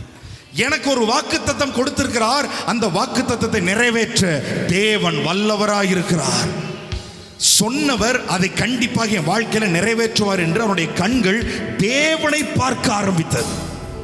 அது வரைக்கும் வாக்குத்தத்தத்தை பார்த்து கொண்டிருந்தவன் இப்போதான் வாக்குத்தத்தத்தை கொடுத்தவரை பார்க்கிறான். கொடுத்தவரை எப்பொழுது பார்த்தானோ அப்பொழுதுதான் அவனுக்குள்ள ஃபெய்த் வர ஆரம்பிக்குது. இவரால் செய்ய முடியும்டா. எத்தனை பேர் நம்புறீங்க நம்ம ஆராதிக்கிற கடவுளால செய்ய முடியும்? இப்போ இயேசுவுக்கு வருவோம். இயேசு பூமியில் இருக்கிறாரு. ஆமென். இயேசு கிறிஸ்து பூமியில் இருக்கிறார். குருடனுக்கு தெரியாத அவனுக்குள்ள என்ன இருக்குது? விசுவாசம் இருக்குதுன்னு யார் சொன்னா? அவனா சொன்னா நான் விசுவாசத்தோட வர்றான்டவர் இல்ல, அவன் சொல்லல.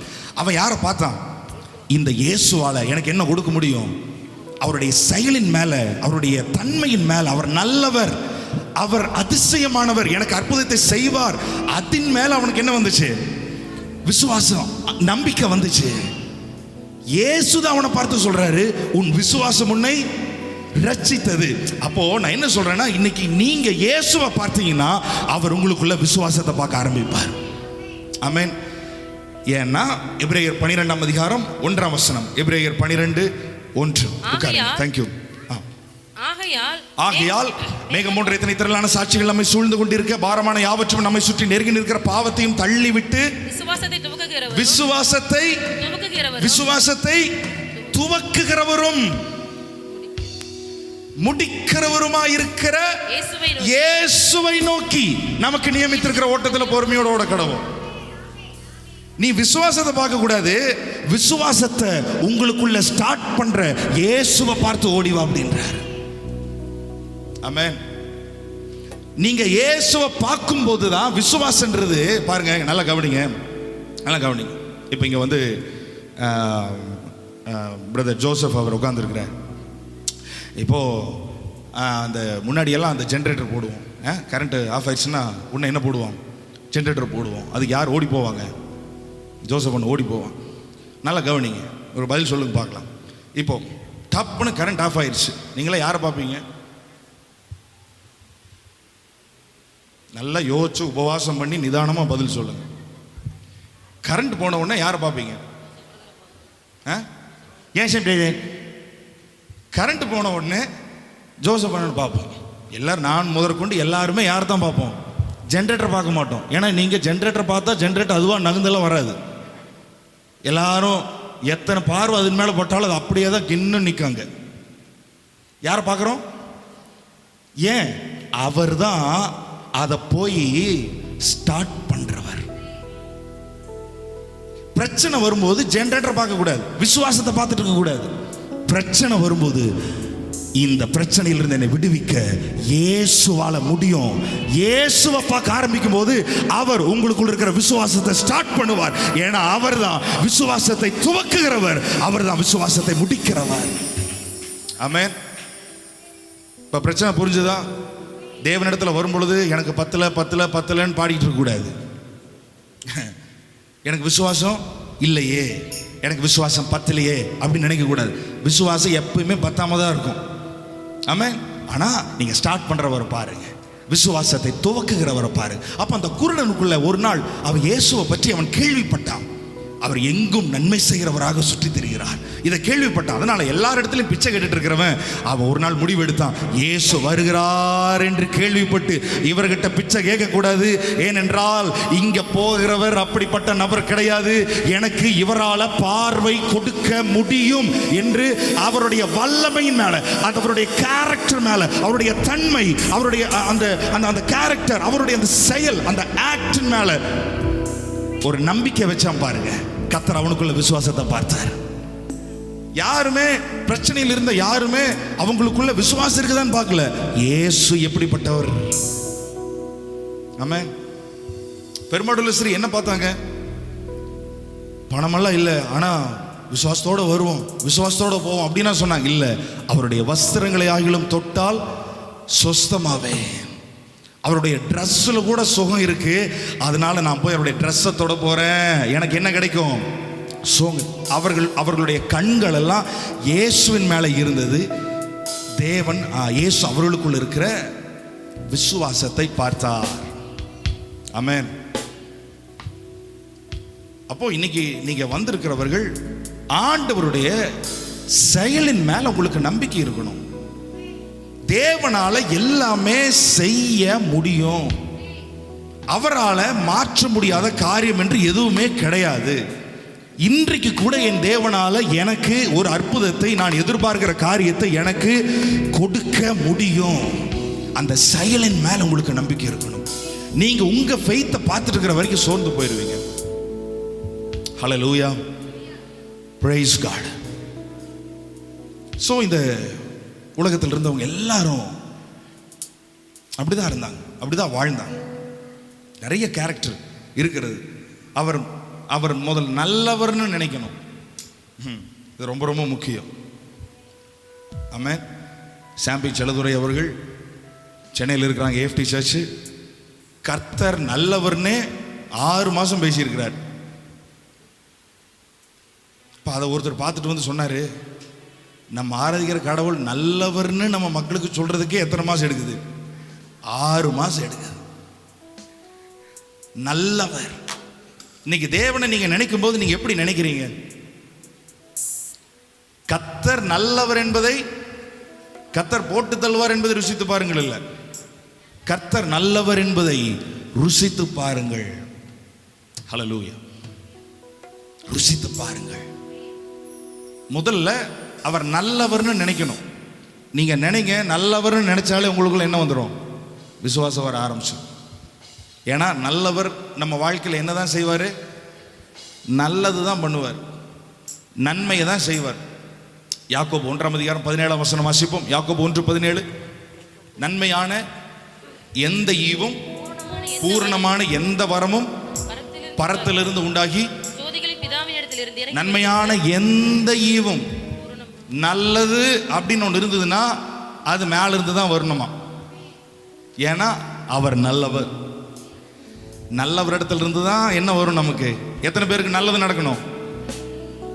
ஜோசிகாரன் சொல்லிட்டு போவான், நல்லது நடக்கும் நல்லது நடக்கும். அதெல்லாம் ஒன்றும் நடக்காது. அங்கே நல்லது ஒன்று நம்ம வாழ்க்கையில் நடக்கணும்னா அது மேல இருந்து தான் இறங்கி வரணும். நன்மையான எந்த ஈவும் பூரணமான எந்த வரமும், பூரணமான every good and perfect gift அப்படின்னு இருக்குது ஆங்கிலத்தில். பெர்ஃபெக்ட், பெர்ஃபெக்ட் கிஃப்ட், பூரணமான வரம். பூரணம் என்றால் அவர் ஒன்று கொடுத்தாருன்னா அதில் மிஸ்டேக்கே இருக்காது. அவர் ஒன்று கொடுத்தாருன்னா அதில் பழுது என்பதே இருக்காது. 10,000 ரூபாய் கடனில் இருக்கிறீங்க, ஒருத்தட்ட போய் நீங்கள் ஐயா ஒரு நாளைக்கு அது ரொம்ப அர்ஜென்ட்டு, நீங்கள் கொடுத்தீங்கன்னா நல்லா இருக்கும் அப்படின்னு போய் கேட்டிங்கன்னா அவங்க 10,000 ரூபாய் எடுத்து கொடுத்துருவாங்களா? கண்டிப்பாக கொடுக்க மாட்டாங்க. 1000 ரூபாய் கொடுத்துட்டு சொல்லுவாங்க, நீ கேட்ட அவ்வளோ தொகை கிடையாது, இதை வச்சுக்கோ, இதை வச்சுட்டு எதையாவது நீ மேனேஜ் பண்ணு அப்படின்னு சொல்லுவாங்க. அப்போ அதுக்கு பேர் பர்ஃபெக்ட் கிஃப்ட் கிடையாது. ஆனால் அவர் ஒன்று கொடுத்தாருன்னா பர்ஃபெக்டாக இருக்கும். நன்மையான எந்த ஈவும் பூரணமான எந்த வரமும் பரத்திலிருந்து உண்டாகி இந்த நன்மைகளுக்கெல்லாம் மேனுஃபேக்சரிங் இடமே பரலோகம். தயாரிக்கப்படுகிற இடமே என்னது? பரலோகம். ஆமென். விசுவாசிங்க அதையெல்லாம். Praise God. உங்களுக்கு தேவையான புடவை அது எவ்வளோ ஆயிரக்கணக்கில் இருந்தாலும் அது மேலே மேனுஃபேக்சர் ஆகிட்டு இருக்குது. காஞ்சிபுரத்தில் வந்து பட்டு புடவை நெய்தது எனக்கு வருமா கிடைக்காதா? நன்மையான எந்த ஈவும் பூரணமான எந்த வரமும் பரத்திலிருந்து உண்டாகி ஜோதிகளின் பிதாவின் இடத்திலிருந்து இறங்கி வருகிறது. எவ்வளோ நல்லா இருக்குதுல்ல? மேல இருந்து தான் இறங்கி வருகிறது. எல்லா நல்ல காரியமும் எங்கிருந்து தான் இறங்கி வருது? மேல இருந்து தான் இறங்கி வருது. அவரிடத்தில் யாதொரு மாறுதலும் யாதொரு வேற்றுமையின் நிழலும் இல்லை. அவரிடத்தில் எந்த ஒரு மாறுதலும் யாதொரு வேற்றுமையின் நிழலும் இல்லை.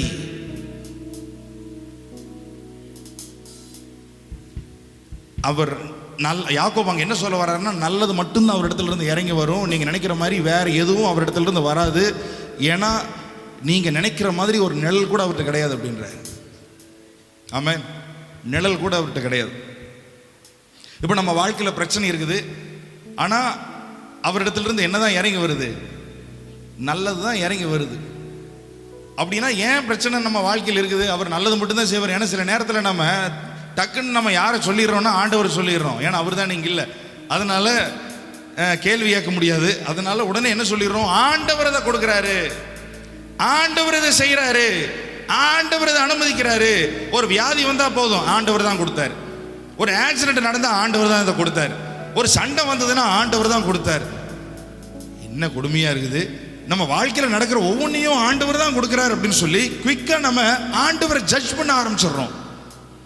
தேவன் தான் கொடுக்குறாரு, தேவன் தான் செய்கிறாரு அப்படின்னு. அதுக்கு தான் யாக்கோபு ரொம்ப கிளியரா சொல்றாரு. அதுக்கு மேல வசனத்தை வாசிப்போம். சோதிக்கப்படுகிற எவனும், எத்தனாவது வசனம் அது? 13. சோதிக்கப்படுகிற எவனும் நான் தேவனால் சோதிக்கப்படுகிறேன் என்று சொல்லாதிருப்பானாக. முதல்ல அதை சொல்லக்கூடாது, ஒன்னொன்னா சொல்றேன் நான். முதல்ல இதை சொல்றதை ஸ்டாப் பண்ணணும். ஏன்னா நீங்க இப்படி சொல்லிட்டு இருந்தா உங்களுக்குள்ள என்ன இருக்காது? விசுவாசம் இருக்காது. விசுவாசம் இல்லைன்னா தேவனுக்கு பிரியமானவங்களாவும் இருக்க முடியாது, ஒன்னையும் பெற்றுக்கொள்ளவும் முடியாது. ஆமென். இந்த இப்போ நீங்க இருக்கிற பிரச்சனையை கர்த்தர் தான் அனுமதிச்சார் நினைச்சிட்டு இருக்கிற வரைக்கும் அற்புதத்தை கொஞ்சம் கூட நம்ம வாழ்க்கையில பார்க்கவே முடியாது. சோதிக்கப்படுகிற எவனும் நான் தேவனால் சோதிக்கப்படுகிறேன் என்று சொல்லாதிருப்பானாக. எல்லாரும் சொல்லுங்க, ஆண்டவரே நீர் நல்லவர், என் வாழ்க்கையில் இருக்கிற சோதனைக்கு நீர் காரணம் அல்ல. இல்ல சத்தமா சொல்லுங்க, நீர் காரணம் அல்ல, நீர் காரணம் அல்ல. ஆண்டவர் காரணமே கிடையாது. பக்கத்தில் பார்த்து சொல்லுங்க, நான் ஆராதிக்கிற ஆண்டவர் நீங்க இப்ப இருக்கிற பிரச்சனைக்கு காரணமே கிடையாது. அவர் காரணம் இல்லை, அவர் காரணம் இல்லை. ஆமென். சரி, அடுத்தது சோதிக்கப்படுகிற எவனும் நான் தேவனால் சோதிக்கப்படுகிறேன் என்று சொல்லாதிருப்பானாக. தேவன் பொல்லாங்கினால் சோதிக்கப்படுகிறவர், தேவன் பொல்லாங்கினால் சோதிக்கப்படுகிறவர் அல்ல. முதல்ல இதை பார்ப்போம். பொல்லாங்கான காரியத்தை கொடுத்து யாரையும் ஆண்டவரை சோதிக்க முடியாது. தேவனை யாருமே சோதிக்க முடியாது. தேவனை சோதிக்க முடியுமா? ஒருத்தன் வந்தா மத்தேயு 4ஆம் அதிகாரத்தில் நான் சோதிக்கிறேன் அப்படின்னு, அவன் பேர் பிசாசு, சோதனைக்காரன்னே இருக்குது அங்க. மத்தேயு 4ஆம் அதிகாரம் 1ஆம் வசனத்தில், அப்பொழுது சோதனைக்காரன் அவரிடத்தில் வந்து யாரை சோதிக்கணும்? இயேசுவை சோதிக்கணும். சோதிக்கிறதுனா இந்த அவரை டெஸ்ட் பண்றதும் அவர் மேல ஃபெய்த்தா இருக்கிறதும் ஆப்போசிட்டான விஷயங்கள். டெஸ்ட் பண்றதுன்னா அவருடைய கேரக்டரை டெஸ்ட் பண்றது, அவருடைய நேச்சரை, அவருடைய ஆக்டை உண்மையாகலும் இப்படி செய்வாரா அப்படின்னு சொல்லி டெஸ்ட் பண்றது. ஆனா ஃபெய்த்ன்றது டெஸ்ட் பண்ணி பார்த்து அவரை நம்புறது இல்லை, அவரை பிளைண்டா அவர் அப்படியே நம்பிடணும். எனக்கு அவர் அப்படி செய்வாருங்க, அவருக்கு அந்த வல்லமை இருக்குது, நான் இன்னும் அவரை டெஸ்ட் பண்ணணும்னு அவசியம் கிடையாது. அப்போ அவன் வந்து என்ன செய்யறானா, அந்த இயேசுவுக்கு கொடுத்த சோதனை டெஸ்ட் என்னன்னா, உண்மையாகவே இவர் ஜனங்கள் மேல அன்பு வச்சுதான் இவர் வந்திருக்கிறாரா? ஜனங்கள் மேல அன்பு வச்சு இவர் வந்திருந்தாருன்னா இவர் சிலுவைக்கு போய் ரத்தம் சிந்தி தான் அவர் வந்து மீட்டெடுப்பார். ஆனால் இப்போ போய் நான் அவர் போய் சோதிக்க போகிறேன், அவர் உண்மையாக பொருளாசையிலையும் ஏதாவது அவருடைய ராஜ்யத்தை எப்படியாவது ஏதாவது ஒரு வழியிலையாவது ஸ்தாபிக்கணும் அப்படின்னு ஒருவேளை வந்திருந்தால் என்ன பணிஞ்சுக்குவார் பார்க்கலாம் அப்படின்னு சொல்லி அவர் போய் நீர் என்னை பணிந்து கொண்டால் உங்களுக்கு என்ன தேவை? இந்த ராஜ்யங்கள் ராஜ்யத்தினுடைய மகிமை தானே தேவை. நான் உங்களுக்கு கொடுக்குறேன், நீர் என்னை பணிந்து கொண்டால். டெஸ்ட் பண்ணுனா நம்ம மேலே அவர் வச்ச அன்பை டெஸ்ட் பண்ணுனா அவர் சொல்லிட்டார், முடியாது, உன்னை பணிந்து கொண்டு இந்த ராஜ்யத்தை வாங்க முடியாது. இந்த ஜனங்களை மீட்டெடுப்பதற்காக ரட்சிப்பதற்காக நான் சிலுவைக்கு போய் ரத்தம் சிந்த வேண்டியதாக இருந்தாலும் அங்க போய் நான் பார்த்துக்கிறேன். அந்த சோதனையை அவர் ஜெயித்தார். ஏன்னா அவரை பிசாசு என்ன செய்ய முடியாது, சோதிக்கிறதுக்கு வந்தான், ஆனா சோதிக்க முடியல. இன்னும் 2 பேர் சோதிக்கிறதுக்கு வந்தாங்க. அவங்க பேர் அனனியா சப்பீராள். அவர்கள் தேவனை சோதிக்கலாம் அப்படின்னு நினைச்சாங்க. பேதுரு பயங்கரமா ப்ரொஃபட்டிக்கலா மூவ் ஆயிட்டாரு, ஜனங்களுடைய காரியங்களை எல்லாம் சொல்லிட்டு இருக்கிறாரு. அப்போ இவர்களுக்குள்ள என்னன்னா, இது வந்து உண்மையா தேவனுடைய ஆவியில தான் நிரம்பி சொல்றாரா அப்படின்னு அந்த ஆவியை டெஸ்ட் பண்ணலாம் அப்படின்னு என்ன பண்ணாங்கன்னா, அந்த காலத்தில் எல்லாரும் அவங்களுடைய சொத்துக்களை விற்று பேதுருடைய பாதத்தில் கொண்டு வந்து வச்சு எல்லாரும் பொதுவாக நம்ம இருப்போம், நமக்குன்னு 1 ரூபாய் வேண்டாம், பேதுரு என்ன நம்ம கிட்ட கொடுக்குறாரோ அதை வச்சு நம்ம சாப்பிடுவோம், சுவிசேஷம் சொல்லுவோம், அதான் நமக்கு ரொம்ப முக்கியம் அப்படின்னு சொல்லி அந்த நாட்களில் அப்போஸ்தலர் நாட்களில் எல்லா சொத்துக்களையும் எல்லாரும் பொதுவாய் வைத்து அனுபவித்தார்கள். ஒருத்தருக்கு 1 அடி நிலம் கூட கிடையாது. எல்லா சொத்துக்களையும் விற்று கொண்டு வந்து பேதுருடைய பாதத்தில் கொண்டு வந்து வச்சுட்டாங்க.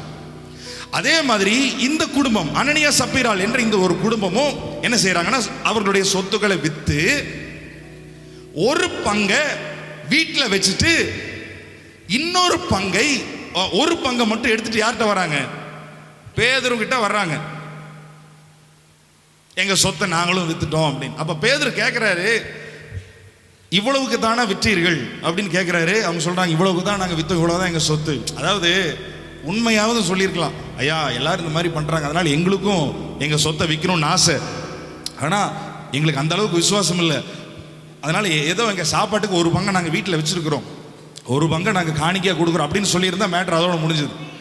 ஆனா 1 பங்கை அங்க வச்சுட்டு பேதுருனுடைய பாதத்தில் இன்னொரு பங்கை கொண்டு வந்துட்டு, இதுதான் எங்க பங்கு, அவ்வளவுதான், எதுவுமே கிடையாது வீட்டில், எதுவுமே கிடையாது, எங்களுக்கு எல்லாத்தையும் வித்துட்டோம் அப்படின்னு வந்து சொல்றாங்க. அப்போ அவர் சொல்றாரு, கர்த்தருடைய ஆவியை சோதிக்கிறதற்கு நீங்கள் இருவரும் ஒருமனப்பட்டபடினாலே அப்படின்றார்.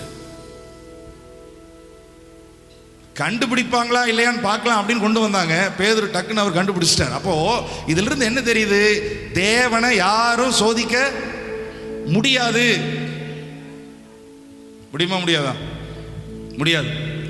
ஆண்டவரை போய் சோதிக்கலாம் அப்படின்னு நீங்க நினைக்க கூட முடியாது. இப்ப அடுத்தது வாசிங்க. அவர் பொல்லாங்கினால் சோதிக்கப்படுகிறவர் அல்ல, ஒருவனையும் சோதிக்கிறவரும் அல்ல, ஒருவனையும் அவர் சோதிக்கிறவரும் அல்ல அல்ல. ஏன் அந்த 2 ஒரே வசனத்துல வருதுன்னா, எந்த பொல்லாங்கான காரியத்தை வைத்தும் தேவனை நீங்கள் எப்படி சோதிக்க முடியாது என்று எந்த அளவுக்கு நம்புகிறீர்களோ, அதே அளவுக்கு எந்த பொல்லாங்கான காரியத்தை கொடுத்தும் கர்த்தர் என்னை சோதிக்க மாட்டார் என்று நம்ப வேண்டும். ஆமென். எந்த பொல்லாங்கையும் கொடுத்து கர்த்தர் உங்களை என்ன செய்யறது இல்ல, சோதிக்கிறது கிடையாது. அப்படின்னா இப்ப இருக்கிற சோதனை, இப்ப இருக்கிற பிரச்சனை, இப்ப இருக்கிற வியாதி கர்த்தர் கொடுத்தது கிடையாது. ஏனென்றால் அவர் பொல்லாங்கினால் சோதிக்கப்படுகிறவர் அல்ல, அவரும் யாரையும் சோதிக்கிறவர் அல்ல. சோதிக்கப்படுகிற எவனும் நான் தேவனால் சோதிக்கப்படுகிறேன் என்று சொல்லாதிருப்பானாக. ஆமென். சரி, அவர் நல்லவர், நன்மை மட்டும்தான் செய்யறாரு, அவரையும் யாரும் சோதிக்க முடியாது, அவரும் யாரையும் சோதிக்கிறவர் இல்லைன்னா அப்ப சோதனை எப்படித்தான் என் வாழ்க்கையில் இருக்குது அப்படின்னா, அதுக்கு அடுத்த வசனம் வாசிங்க. அவனவன் தன் சுய இச்சையினாலே இழுக்கப்பட்டு சிக்குண்டு சோதிக்கப்படுகிறான். உங்களுக்கு அந்த பொண்ணு வேணும், அதனால யார் சொன்னாலும் நான் கேட்க மாட்டேன், அந்த பொண்ணை கல்யாணம் பண்ணியே தீருவேன், இது என்னுடைய சுய இச்சை. அப்பா அம்மா சொல்றாங்க, சொந்த பந்தங்கள் சொல்றாங்க, சர்ச் பாஸ்டர் சொல்றாரு, விசுவாசிகள் சொல்றாங்க, எதுவுமே நான் கேட்கல, எனக்கு பிடிச்சிருக்குது நான் பண்ணுவேன், எவன் குறுக்களை வந்தாலும் நான் பார்த்துக்கிறேன். அந்த பொண்ணை கல்யாணம் பண்றீங்க, கடைசியில் இழுக்கப்படுறீங்க, சிக்குண்டு கடைசியில் சோதிக்கப்பட்டதுக்கு அப்புறம் ஆண்டவருங்க என்னை இந்த பாதையில் அனுமதிக்கிறாருங்க சொன்னீங்கன்னா அவ்வளவு. உங்களுக்கு புரிகிறதுக்காக நான் சொன்னேன். பக்கத்து வீட்டில் ஃப்ரிட்ஜ் வாங்கிட்டாங்க, அதனால இப்போ நான் வாங்கணும். ஐயா பக்கத்து வீட்டில் வாங்குறதுக்கு அவங்க பல நாள் சேர்த்து வச்சாங்க, அவங்க வாங்கினாங்க. இப்போதான் நமக்கு பிரிட்ஜுக்கே அர்த்தம் தெரியுது. ஃப்ரிட்ஜ்னா என்ன? அவங்க வாங்கிட்டாங்க, அதனால நானும் வாங்கணும். அவங்க வாங்கிட்டு போறாங்க. இப்போ எனக்குள்ள என்ன ஸ்டார்ட் ஆகுதுன்னா இச்சை ஸ்டார்ட் ஆகுது. விருப்பம் இருக்கிறது பிரச்சனை இல்லை, ஆனா இச்சைன்றது எப்படியாவது எந்த வழியிலையாவது வாங்கணும்ன்றத இச்சை. அந்த இச்சை ஸ்டார்ட் ஆகி போய் எங்கேயாவது போய் பணத்தை வாங்கிட்டு வந்து கடைசியில் வந்து ஃப்ரிட்ஜை வந்து வீட்டில் வச்சுட்டு கடைசியில் அதை வந்து என்ன பண்றது என்ன பண்றதுன்னு தெரியாம அது பாட்டுக்கு ஓட விட்டு கடைசியில் இப்போ நம்மளால கரண்ட் பில்லை கூட கட்ட முடியல. இனி எங்க அது காசு கட்டுறது? அதுக்கு அவனவன் தன் தன் சுய இச்சையினால் இழுக்கப்பட்டு சிக்குண்டு சோதிக்கப்படுகிறான். இந்த மாதிரி எல்லா காரியம் உங்களுக்கு புரியுறதுக்காக நான் சொன்னேன். Praise God. அவங்க வாங்கிட்டாங்க, அதனால நாங்க வாங்குறோம். அவங்க வீடு கட்டிட்டாங்க, அதனால நாங்களும் வீடு கட்டுறோம். அப்புறம் அவங்க கல்யாணம் பண்ணிட்டான், அதனால நானும் பண்றேன். சுய இச்சையினாலே இழுக்கப்பட்டு, ஸோ இந்த நமக்குள்ள தோன்றுகிற இந்த சுய இச்சையினால நம்ம முதல்ல இழுக்கப்படுறோம், அந்த டைரக்ஷனுக்கு இழுக்கப்படுறோம். கடைசியில் அதில் போய் மாட்டிக்கிட்டு அதில் போய் முடிச்சுட்டு இருக்கிறோம். இப்போ சொல்லுங்க, சோதனைக்கு யார் காரணம்? சோதனைக்கு யார் காரணம்? அவனவன் தன் தன் சுய இச்சையினாலே இழுக்கப்பட்டு சிக்குண்டு சோதிக்கப்படுகிறான். ஆமென். Praise God. ஸோ அதனால தான் சத்திய வரிகள் நான் வாசல, நான் உனக்கு போதித்து நீ நடக்க வேண்டிய வழியை காட்டி உண்மையில் கண்ணை வைத்து உனக்கு ஆலோசனை சொல்லுவேன். அப்போ சோதனைக்கு யாரு தான் காரணம்? நம்ம தான் காரணம். இதை முதல் ஒத்துக்கொள்ளணும், இதை முதல் நல்லா புரிஞ்சுக்கணும் நம்ம. ஆனால் நம்முடைய ஆண்டவர் நல்லவராக இருக்கிறதுனால, ஒருவேளை நீங்களே உங்கள் சுய இச்சையினால் இழுக்கப்பட்டு சிக்குண்டு இப்போ நீங்கள் சோதிக்கப்பட்டிருந்தாலும் அதிலிருந்து உங்களை தூக்கிவிட அவர் வல்லவராக இருக்கிறார். உங்களை தப்பு வைக்க அவர் வல்லவராக இருக்கிறார். ஹல்லேலூயா. நான் சொல்கிறேன், நீங்களே எதில் போய் மாட்டியிருந்தாலும் கர்த்தர் உங்களை தூக்கி விடுவார். கர்த்தர் உங்களை தூக்கி விடுவார். இப்போ அந்த செயலின் மேலே உங்களுக்கு என்ன இருக்கணும்? விசுவாசம் இருக்கணும். பொல்லாதவர்களாகி நீங்கள் உங்கள் பிள்ளைகளுக்கு நல்ல ஈவுகளை கொடுக்க அறிந்திருக்கும் போது பரலோகத்தில் இருக்கிற உங்கள் பிதா உங்களுக்கு நன்மையானவைகளை கொடுப்பது அதிக, உங்களுக்கு நன்மையானவைகளை கொடுப்பது அதிகம் நிச்சயம் அல்லவா? நான் வெளியில் இருக்கிற ஒரு கல்லை எடுத்துட்டு வந்து இதாண்ட இட்லி சாப்பிடுன்னு சொல்லி நான் ஜெசு கொடுப்பேனா? கொடுக்க மாட்டேன், கண்டிப்பாக கொடுக்க மாட்டேன். இட்லி தான் எடுத்துட்டு வந்துட்டு அவனுக்கு இட்லி அப்படின்னு சொல்லுவேன். அப்போ அவர் என்ன சொல்றாரு? பொல்லாதவர்களாகி நீங்கள் உங்கள் பிள்ளைகளுக்கு நல்ல ஈவுகளை கொடுக்க அறிந்திருக்கும் போது, உனக்கு தெரிஞ்சிருக்குதுல்ல, அப்ப எனக்கு தெரியாதான்னு கேட்கிறார். நான் அவ்வளவு கெட்டவனா? உனக்கு கெட்டதை கொடுக்கறதுக்கு நான் என்ன கெட்டவனான்னு கேட்கிறார். உனக்கே உன் பிள்ளைக்கு நல்லதை கொடுக்கணும்னு தெரிஞ்சிருக்கும் போது, அப்போ இன்றைக்கு ஒரு முடிவுக்கு வரணும். கர்த்தரை பற்றி நீங்க தவறா இதுவரைக்கும் நீங்க நினைச்சிருப்பீங்க. அவர் நல்லவர். அவர் யாரு? நல்லவர். நம்ம மேல வர வேண்டிய தண்டனைகள், ஆக்கினி தீர்ப்புகள் பழைய ஏற்பாட்டில் நீங்கள் வாசிக்கும் பொழுது தேவன் அனுப்பின பலவிதமான காரியங்கள் எல்லாவற்றையும் இயேசு உங்களுக்காக எனக்காக சிலுவையின் மேலே அவர் சுமந்து தீர்த்து விட்டார். இனி தேவனிடத்திலிருந்து உங்களுக்கு என்னதான் வரும்? நல்லது மட்டும்தான் வரும். ஏன்னா அவர் யாரு? நல்லவர். இப்போ நான் இன்னைக்கு என்ன சொல்றேன்னா, அவர் நல்லவர் என்ற அந்த கேரக்டர் மேல உங்களுக்கு என்ன இருக்கணும்? ஃபெய்த் இருக்கணும். ஆமென்.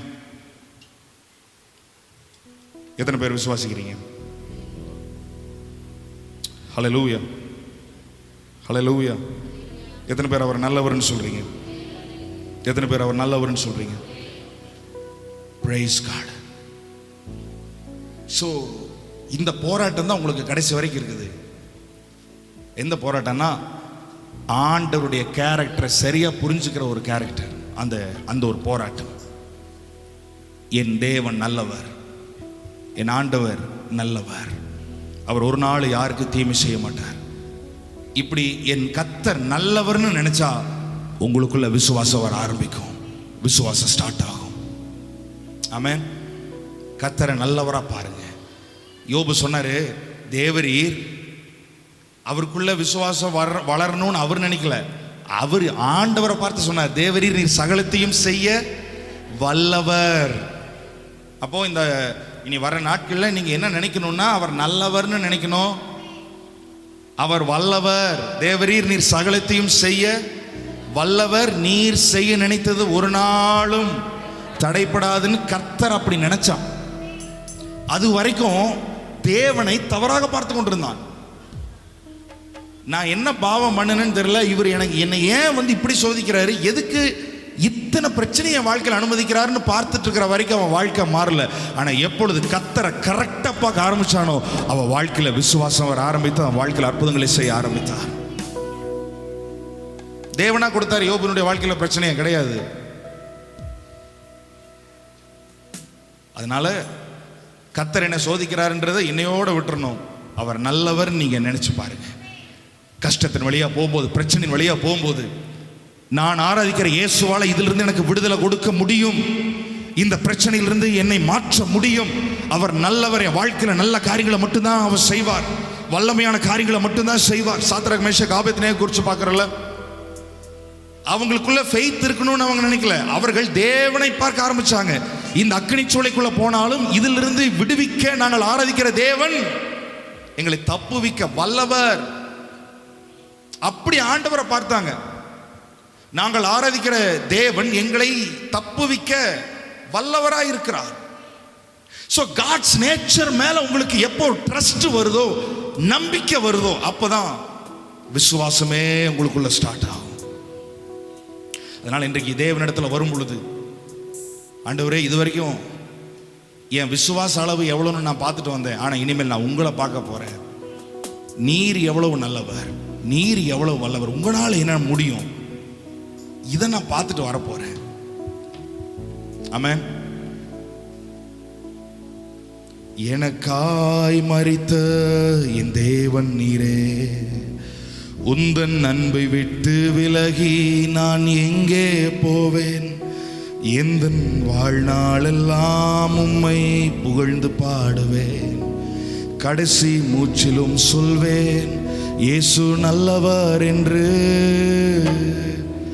நல்லவர் நீர், மிகவும் நல்லவர் நீர், நல்லவர் நீர், நன்மைகள் செய்பவர் நீர், நல்லவர் நீர், மிகவும் நல்லவர் நீர், நல்லவர் நீர், நன்மைகள் செய்பவர் நீர். ஆமென்.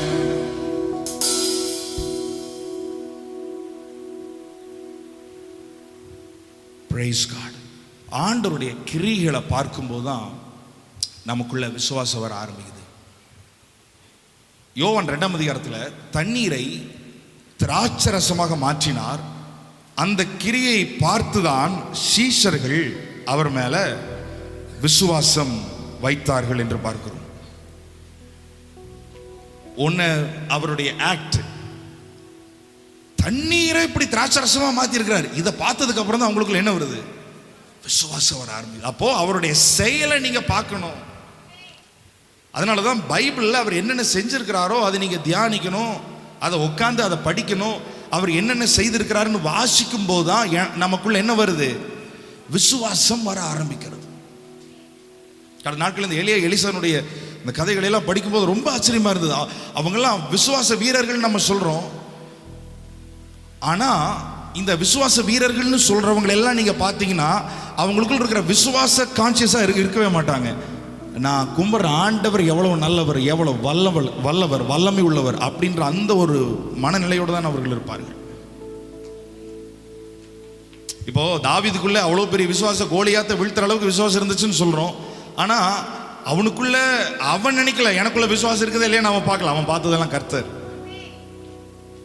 ஜீவனுள்ள தேவனை நிந்திப்பதற்கு இந்த பெலிஸ்தன் எம்மாத்திரம். இன்றைய தினம் கர்த்தர் உன்னை என் கையில் ஒப்பு கொடுப்பார். இந்த யுத்தம் கர்த்தருடையது, அதனால் இஸ்ரவேலில் ஒரு தேவன் உண்டு என்று இவர்கள் எல்லாரும் அறிந்து கொள்வார்கள். சோ அவன் பார்த்ததெல்லாம் கர்த்தர். அதனால அவனுக்குள்ள ஃபெய்த் வர ஆரம்பிச்சது. கர்த்தரே தேவன் என்று அறியும்படிக்கு ஆண்டவரே என்னை கேட்டருளும், என்னை கேட்டருளும் என்று ஜெபிக்கிறான். வானத்திலிருந்து அக்கினி இறங்கி வருகிறது.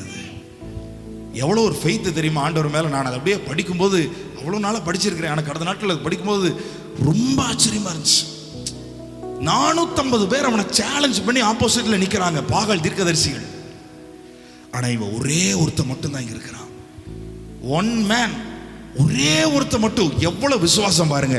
கர்த்தர் இருக்கிறார், அக்கினினால் அவர் பதில் கொடுக்கிறவர். நான் அக்கினி இறக்கி காமிக்கிறேன். சே, என்ன ஒரு ஃபெய்த். ஏன்னா அவனுக்கு தெரியும், நான் சொன்னா அவர் கேட்கிறாரு. தேவனுடைய நேச்சர், தேவனுடைய அந்த கேரக்டர் மேல அவனுக்கு எவ்வளவு ஒரு விசுவாசம் பாரு. Praise God. அதனால இப்படியெல்லாம் இந்த விசுவாச வீரர்கள் எபிரேயர் 11 நீங்க படிச்சீங்கன்னா விசுவாசத்தினாலே வருது. அப்படி இருந்தவர்கள் எல்லாம் நீங்க பார்த்தீங்கன்னா அவங்களுக்குள்ள இருக்கிற விசுவாசம் எவ்வளவு இருக்குது அப்படின்னு அவங்க நினைச்சிட்டு போகல, தேவன் எவ்வளவு பெரியவர் என்று நினைத்து கொண்டு போனார்கள். அதிலே 18 வசனம் எபிரேயர் 11:18 பாருங்க. ஈசாக்கினிடத்தில் உன் சந்ததி விளங்கும் என்று, ஈசாக்கினிடத்தில் உன் சந்ததி விளங்கும் என்று அவனுடைய சொல்லப்பட்டிருந்ததே. இப்படிப்பட்ட வாக்குத்தத்தங்களை பெற்றவன் மரித்தோரிலிருந்தும் எழுப்ப தேவன் வல்லவராய் இருக்கிறார் என்று எண்ணி தனக்கு ஒரே பேரானவனையே பலியாக ஒப்பு கொடுத்தான். மோரியா மலையில ஈசாக்கு எடுத்துட்டு போகும்போது, ஐயோ விசுவாசம் இருக்கணும், விசுவாசம் இருக்கணும், விசுவாசத்தோட போகணும், விசுவாசத்தோட போகணும், விசுவாசத்தோட போகணும் அப்படின்னு போகல. அவன் தேவனை பார்த்துட்டே போனான். ஆமென். யாரு பசங்க இருக்காங்க? பா இங்க வா. Moses Bible list, Bible list. ஆமென்.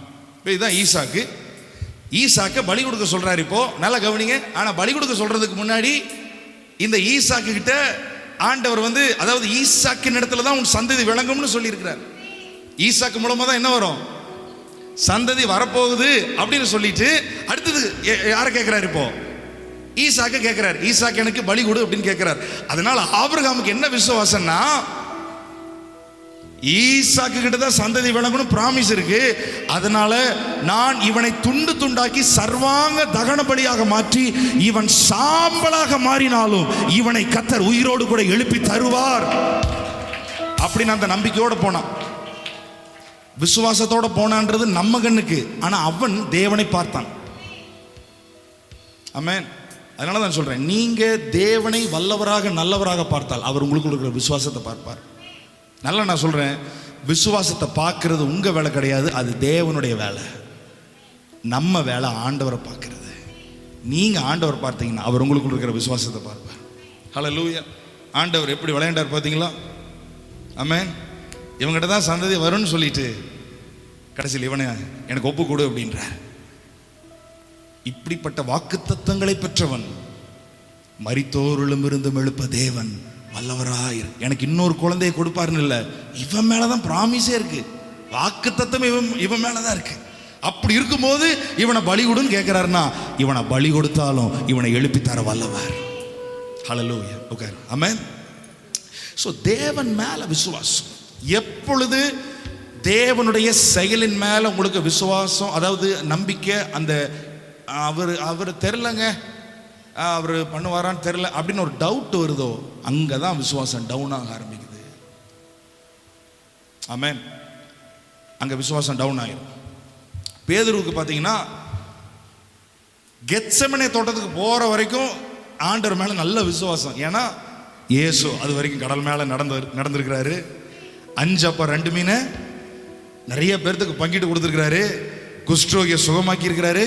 கெத்செமனே தோட்டத்திலேயே இவன் காதை வெட்டிட்டானே, அந்த காதை என்ன பண்ணியிருக்கிறாரு? ஒட்ட வச்சிருக்காரு. அதெல்லாம் பார்த்த உடனே என்னமா மனுஷையா இவரு, பயங்கரமா இருக்கிறாரு. அது வரைக்கும் விசுவாசம் இருந்துச்சு. நல்லா கவனிங்க.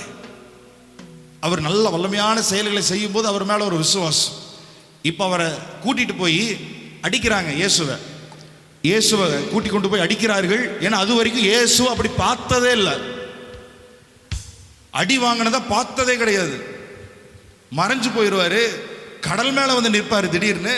இப்படியெல்லாம் தான் இயேசுவை பயங்கரமா பார்த்துட்டு அது வரைக்கும் ஃபெய்த் இருந்துச்சு. நல்லா கவனிங்க. இப்போ ஃபெய்த் எப்படி வருதுன்னு பாருங்க. அந்த செயலை பார்க்கும் போது நமக்குள்ள என்ன வருது? ஃபெய்த் வருது. அவர் அடி வாங்குறத பார்த்த உடனே இயேசு அப்படி பார்த்தா பாருங்க, இனிமேல் இவரால் ஒன்றும் முடியாதுன்னு பார்க்க ஆரம்பிச்சான். அதோட அவன் ஃபெய்த் டவுன் ஆக ஆரம்பிச்சது கீழே. அதனால தான் அவன் விசுவாசம் முற்றிலும் ஒளிந்து போகாதபடிக்கு அவனுக்காக இயேசு ஜெபிச்சாருன்னு பார்க்குறோம். ஆண்டவரே, நான் இந்த டார்ச்சருக்குள்ளே போகிறத அவன் பார்த்தானா அவன் ஃபெய்த்து கீழே போகும், ஆனால் அது முற்றிலுமாக ஜீரோவாக போயிடக்கூடாது. அவனுக்காக ஜெபம் பண்ணியிருக்கிறாரு. ஆமென். அதை பார்க்க பார்க்க பார்க்க அவர் அடி வாங்குறத பார்க்க பார்க்க பார்க்க பார்க்க என்ன ஆகுது? விசுவாசம் கீழே போகுது. டக்குன்னு இப்போ 3வது தடவை அந்த மறுதளிச்ச உடனே அவர் திரும்பி பார்த்து, கர்த்தர் பேதுருவை திரும்பி பார்த்தார் அப்படின்னு இருக்கார். அப்படி பார்த்த உடனே பாருங்க, நல்லா கவனிங்க, முன்னாடியே சொல்லியிருக்கிறாருல்ல, எவ்வளவு ஆச்சரியமா இருக்குதுல்ல. முன்னாடியே சொல்லியிருக்கிறாரு, சேவல் 2 தரம் கூவுகிறதுக்கு முன்னாடி நீ என்னை 3 தரம் மறுதளிப்பாய்.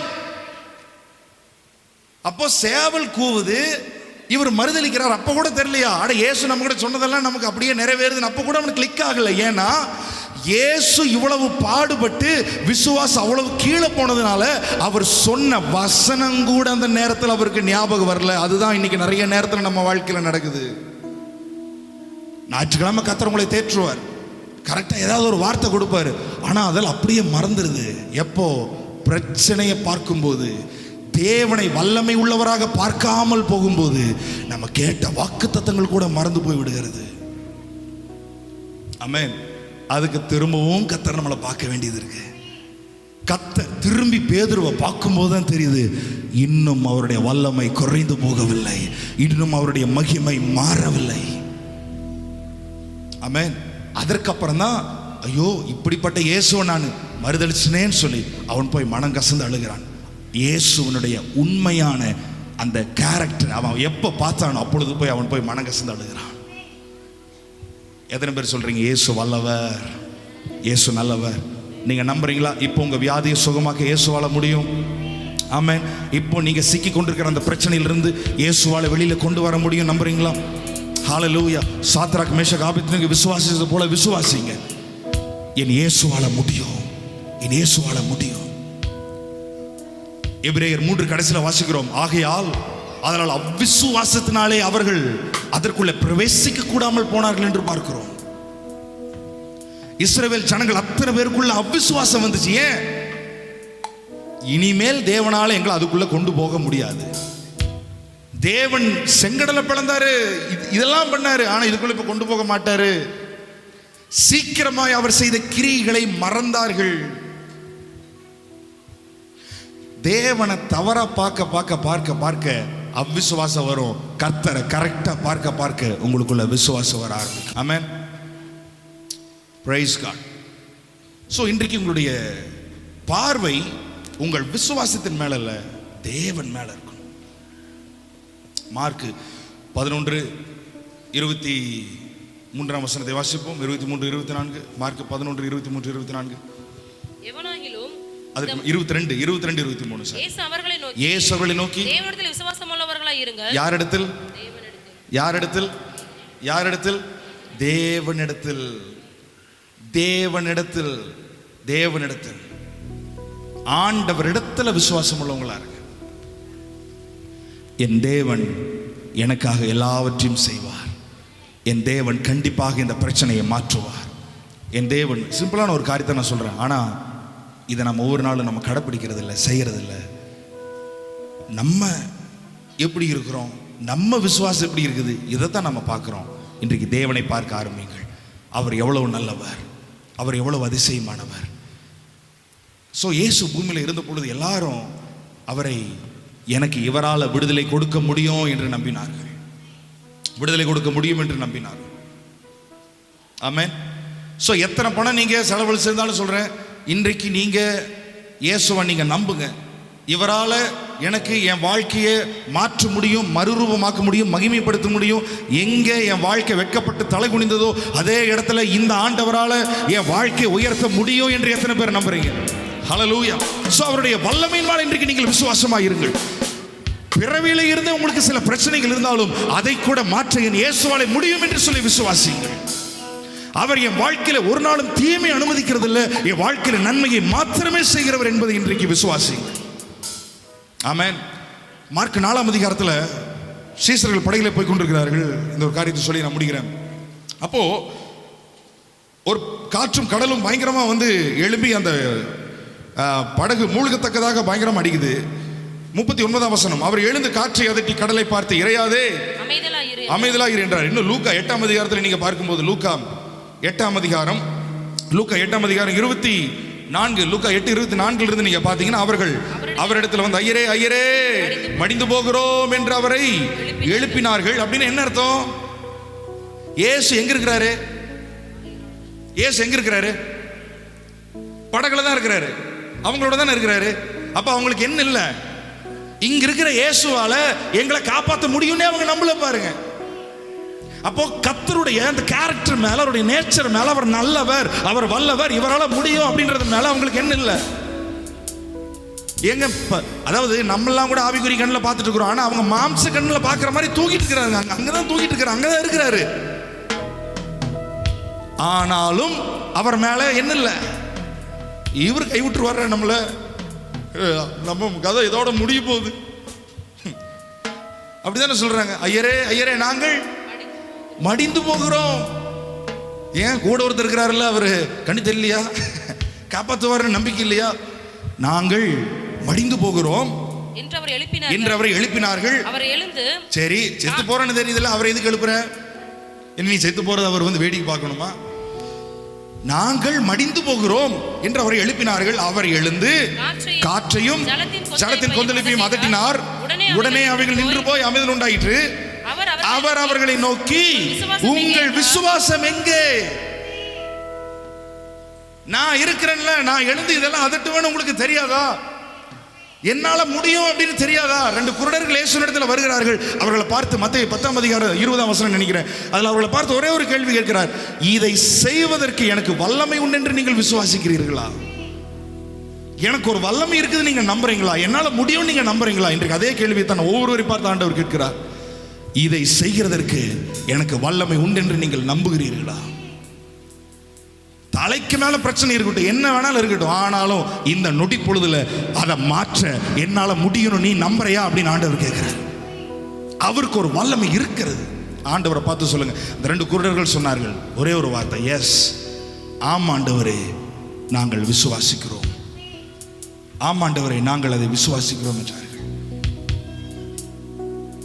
லூக்கா 8:24, உடனே அவைகள் நின்று போய் அமைதல் உண்டாயிற்று. 25, அவர் அவர்களை நோக்கி, உங்கள் விசுவாசம் எங்கே என்றார். அவர்கள் பயந்து ஆச்சரியப்பட்டு, பாத்தீங்களா பாத்தீங்களா, இப்ப புரிஞ்சுதா ஏன் விசுவாசம் இல்லை? இவர் யாரோ யாரோன்னு நினைச்சிட்டு இருந்தா அவ்வளவுதான். யாராவது வந்து உங்ககிட்ட இயேசு யார், அவர் யாரோ அப்படியே போயிட்டு இருக்கிறாங்க. நான் சபைக்கு அவர் யாரோ, அவர் யாருன்னு பெருசா எனக்கு தெரியல, தெரியாம இருக்கிறவருக்கு அதனாலதான் வார வாரம் வரணும், அவர் யாருன்னு தெரிஞ்சுக்கணும். அவர் யாரோ அப்ப தெரியல, அவரால் இதெல்லாம் செய்ய முடியும்னு தெரியல, அவர் யாரோன்னு சொல்றாங்க. அவர் யாரோ காற்றுக்கும் ஜலத்துக்கும் கட்டளையிடுகிற ஆண்டவர், அவைகளும் இவருக்கு கீழ்ப்படுகிறது. இப்பதான் பாக்குறாங்க அவரை. காற்றுக்கு என்னடா காத்துக்கிட்ட பேசுறாரு, அதுவும் என்ன செய்யுது, இவருக்கு கீழ்ப்படியுது. அப்போ இயேசுவை பார்த்த அந்த ஆங்கிள் இப்ப மாறுது. பிரச்சனையின் மத்தியில் இவர் தூங்க போயிருவார்ன்றத மாதிரி பிரச்சனை வந்தாலும் இதை அதட்டி அமைதல் படுத்துகிற ஆண்டவர் என்னோடு கூட இருக்கிறார். அதுக்கப்புறம் சீசர்கள் அப்படி அவரை பார்க்க ஆரம்பிக்கிறாங்க. Praise God. மத்தேயு 14 சீசர்கள் படகுல போயிட்டு இருக்கிறாங்க. அப்போ அங்க ஒரு காற்றும் கடலும் பயங்கரமா வருது. இயேசு கடல் மேல நடந்து வராரு. எல்லாம் சைலண்ட் ஆயிடுச்சு. பேதுரு கேட்குறாரு, பாருங்க நடுக்கடல், ஒரு லைட்டும் கிடையாது, படகு இப்போ கொஞ்சம் எல்லாம் ஆடி கீடி அப்படியே எல்லாம் அமைதலாயிருச்சு. இனி அமைதியாக இருக்க வேண்டியதானே, சைலண்ட் ஆயிடுச்சேன்னு அமைதியாக இருக்கலாம்ல. இவர் பாருங்க இயேசு கிட்ட சொல்றாரு, நீரே ஆனால் அங்கே நிற்கிறது நீங்க தான் அப்படின்னா இப்போ நான் கடல் மேலே நடக்கணுன்றார். ஏன்னா நிறைய பேர் அந்த கடலில் விழுந்து அதனுடைய ஆவிகள் எல்லாம் அங்கே அசைவாடும் அப்படின்றாங்க.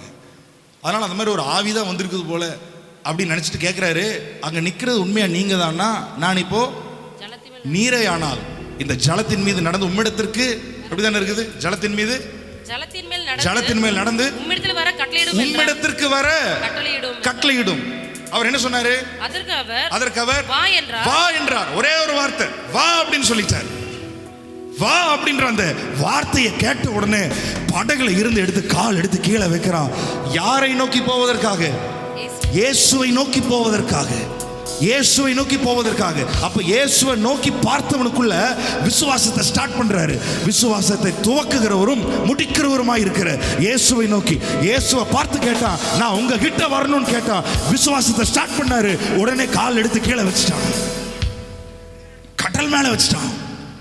கடல் மேல நடக்கிறான். கிட்ட வர்றான். கிட்ட வந்த உடனே திரும்பவும் இந்த பிசாசனுடைய வேலையை இந்த விசுவாச ஓட்டத்தை தடை பண்ணணும். இயேசு நீங்க பார்க்க கூடாது. அதுதான் அவனுடைய வேலை. கையை பாரு, காலை பாரு, தலையை பாரு, வயிற்ற பாரு, எங்கெங்க வலி இருக்குதோ எல்லாத்தையும் பாரு. யாரை பார்க்க கூடாது? ஏன்னா அவரை பார்த்துட்டீங்கன்னா அவரு போய் ஜெனரேட்டர் ஸ்டார்ட் பண்ணிடுவாரு. அப்புறம் வாழ்க்கையில் அற்புதம் நடந்துரும், லைட் எரிஞ்சிரும், ஃபேன் எரிஞ்சிரும். அப்புறம் எனக்கும் வாழ்க்கையில் வேலை இருக்காது. அதனால வலியை பாரு, பிரச்சனையை பாரு, கடனை பாரு, புருஷனை பாரு, மனைவியை பாரு, பிள்ளையை பாரு, பக்கத்து வீட்டுக்காரரை பாரு, யார் பிரச்சனை பண்றாங்களோ, பில்லி சுனி வச்சிருக்கிறாங்களோ, இலையை பாரு, வடையை பாரு, அதை பாரு, இதை பாரு. அவ்வளவுதான். யாரை பார்க்காத? இயேசுவை பார்க்காத. இயேசுவை பார்த்துட்டு கடல் மேல ஒருத்தர் நடக்கிறான். உடனே காற்றும் கடலும் பயங்கரமாக கொந்தளிக்கிறது.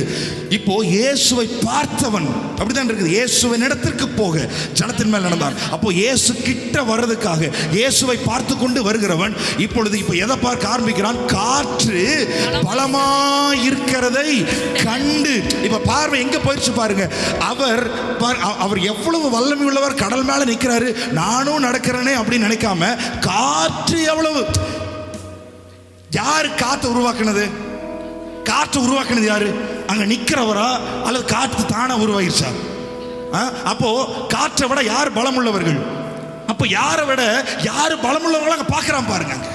அந்த கேரக்டர், அவருடைய நேச்சர், அவருடைய அந்த தன்மை, அவருடைய அந்த செயலின் மேல பேதுருக்கு என்ன இல்லை? விசுவாசம் இல்லை. அட காற்றை விட இவர் பலம் உள்ளவர்னு பார்க்கல, அவரை விட காற்று பலமா இருக்கிறதை கண்டு. காற்று பலமா இருக்கிறதை கண்டு அப்புறம் பயந்து அமிழ்ந்து போகையில். அப்புறம் அது ரொம்ப பலமா இருக்கிறது பார்த்தா அடுத்து என்னதான் வருது? பயம்தான் வருது. இயேசுவை விட உங்க சரீரத்தில் இருக்கிற வியாதி பெருசு கிடையாது. அது ரொம்ப பெருசுன்னு பார்க்காதீங்க. இயேசுவை விட உங்க சரீரத்தில் உங்க வாழ்க்கையில் இருக்கிற பிரச்சனை பெருசு கிடையவே கிடையாது. அவர்தான் வல்லமை உள்ளவர், அவர்தான் பலம் உள்ளவர். காத்து அப்படிதாங்க வீசும். நம்ம வாழ்க்கையில பிரச்சனை அப்படிதாங்க இருக்கும். ஆனா அதை ரொம்ப பலமுள்ளதா பார்க்காதீங்க. இயேசுதான் பலமுள்ளவர், இயேசுதான் வல்லமை உள்ளவர். இந்த அக்கினி சூளைக்கு நடுவுல போனாலும் ராஜாவே எங்களை தப்புவிக்க கர்த்தர் வல்லவராய் இருக்கிறார். சிங்க கெவிக்கும் அவர் என்னை தப்புவிப்பார். அக்கினி சூளைக்கு அவர் என்னை தப்புவிக்க அவர் வல்லமை உள்ளவர். இப்படி எல்லாம் அவர்கள் நம்பினார்கள். அதனால எபிரேயர் 11 அவர்கள் இடம் பெற்றிருக்கிறார்கள். யுத்தங்களை ஜெயித்தார்கள், ராஜ்யங்களை ஜெயித்தார்கள், சிங்கத்தின் வாய்களை அடைத்தார்கள், அக்கினியின் உக்கிரத்தை அவித்தார்கள். இவங்களுக்கெல்லாம் அவங்களுக்குள்ள எவ்வளவு விசுவாசம் இருக்குதுன்னு பார்க்கல. தேவனால இதை செய்ய முடியும். என்னை அக்கினிக்குள்ள தூக்கி போட்டாலும் அங்க கர்த்தர் வந்து என்னை விடுவிப்பார். சிங்கம் கெவிக்குள்ள என்னை தூக்கி போட்டாலும் சிங்கத்தின் வாயை கர்த்தர் கட்டுவார். கர்த்தர் செய்வார், கர்த்தர் பண்ணுவார், கர்த்தர் மாற்றுவார். இந்த யுத்தம் கர்த்தருடையது. அப்படி கர்த்தருடைய செயல் மேல ஒரு நம்பிக்கை. ஆமென். நீ ஏன் காத்த பார்க்கிற? காற்றை விட கடல் மேல ஒருத்தர் நிற்கிறாரு.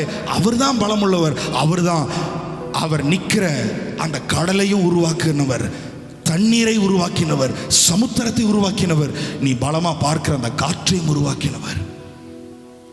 வாசிங்க. காற்று பலமா இருக்கிறதை கண்டு சூப்பர். காற்று பலமா இருக்கிறதை கண்டு பயந்து அமிழ்ந்து போகையில் ஆண்டவரே என்னை ரட்சியும் என்று கூப்பிட்டான். உடனே இயேசு கையை நீட்டி அவனை பிடித்து என்ன விசுவாசியே அற்ப விசுவாசியே. அப்ப அவனுக்குள்ள விசுவாசம் இருந்துச்சா இல்லையா? கொஞ்சம் இருக்குது, அற்ப அளவு இருக்குது. அப்போ அற்ப விசுவாசினா யாருன்னு சொல்லி முடிக்கிறேன். அற்ப விசுவாசினா யாருன்னா, ஞாயிற்றுக்கிழமை ஆனா நல்லவர் நீர், மிகவும் நல்லவர் நீர், ஓ நீர் வல்லவர், ஓ அதிசயமான ஊர்கரி பாபா, ஹல்லேலூயா, ஆண்டவரே நீர் வல்லவர், உம்மால எல்லாம் செய்ய முடியும் ஆண்டவரே. நான் இன்னைக்கு நம்புறேன், நேற்று வரைக்கும் நம்பல, ஆனா இன்னைக்கு நான் நம்புறேன் உங்களால் எல்லாம் முடியும். திங்கக்கிழமை காலையில வாடகை கட்டணும், அது கட்டணும், இதை கட்டணும், ஃபீஸ் கட்டணும், எல்லாம் வந்து நிற்கும் போது நேற்று பாடுனேன், இன்னைக்கு ஒன்றும் ஒர்க் அவுட் ஆகுற மாதிரி தெரியல. உடனே எதை பார்க்குறோம்?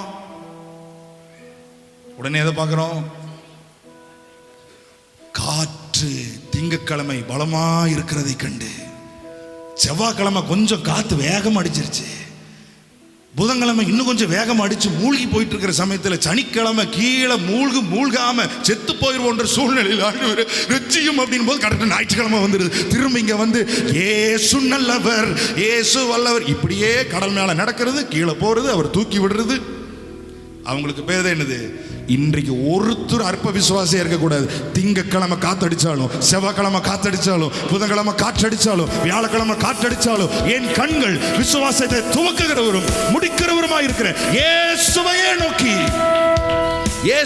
நோக்கி எனக்கு நியமித்திருக்கிற இந்த ஓட்டத்தில் பொறுமையோடு நான் ஓடி வர போறேன். சைடில் அப்படிதான் அடிக்கும், சைடில் அப்படிதான் காத்தடிக்கும், சைடில் அப்படிதான் பிரச்சனை வரும். இதை மாற்ற இயேசுவால முடியும்.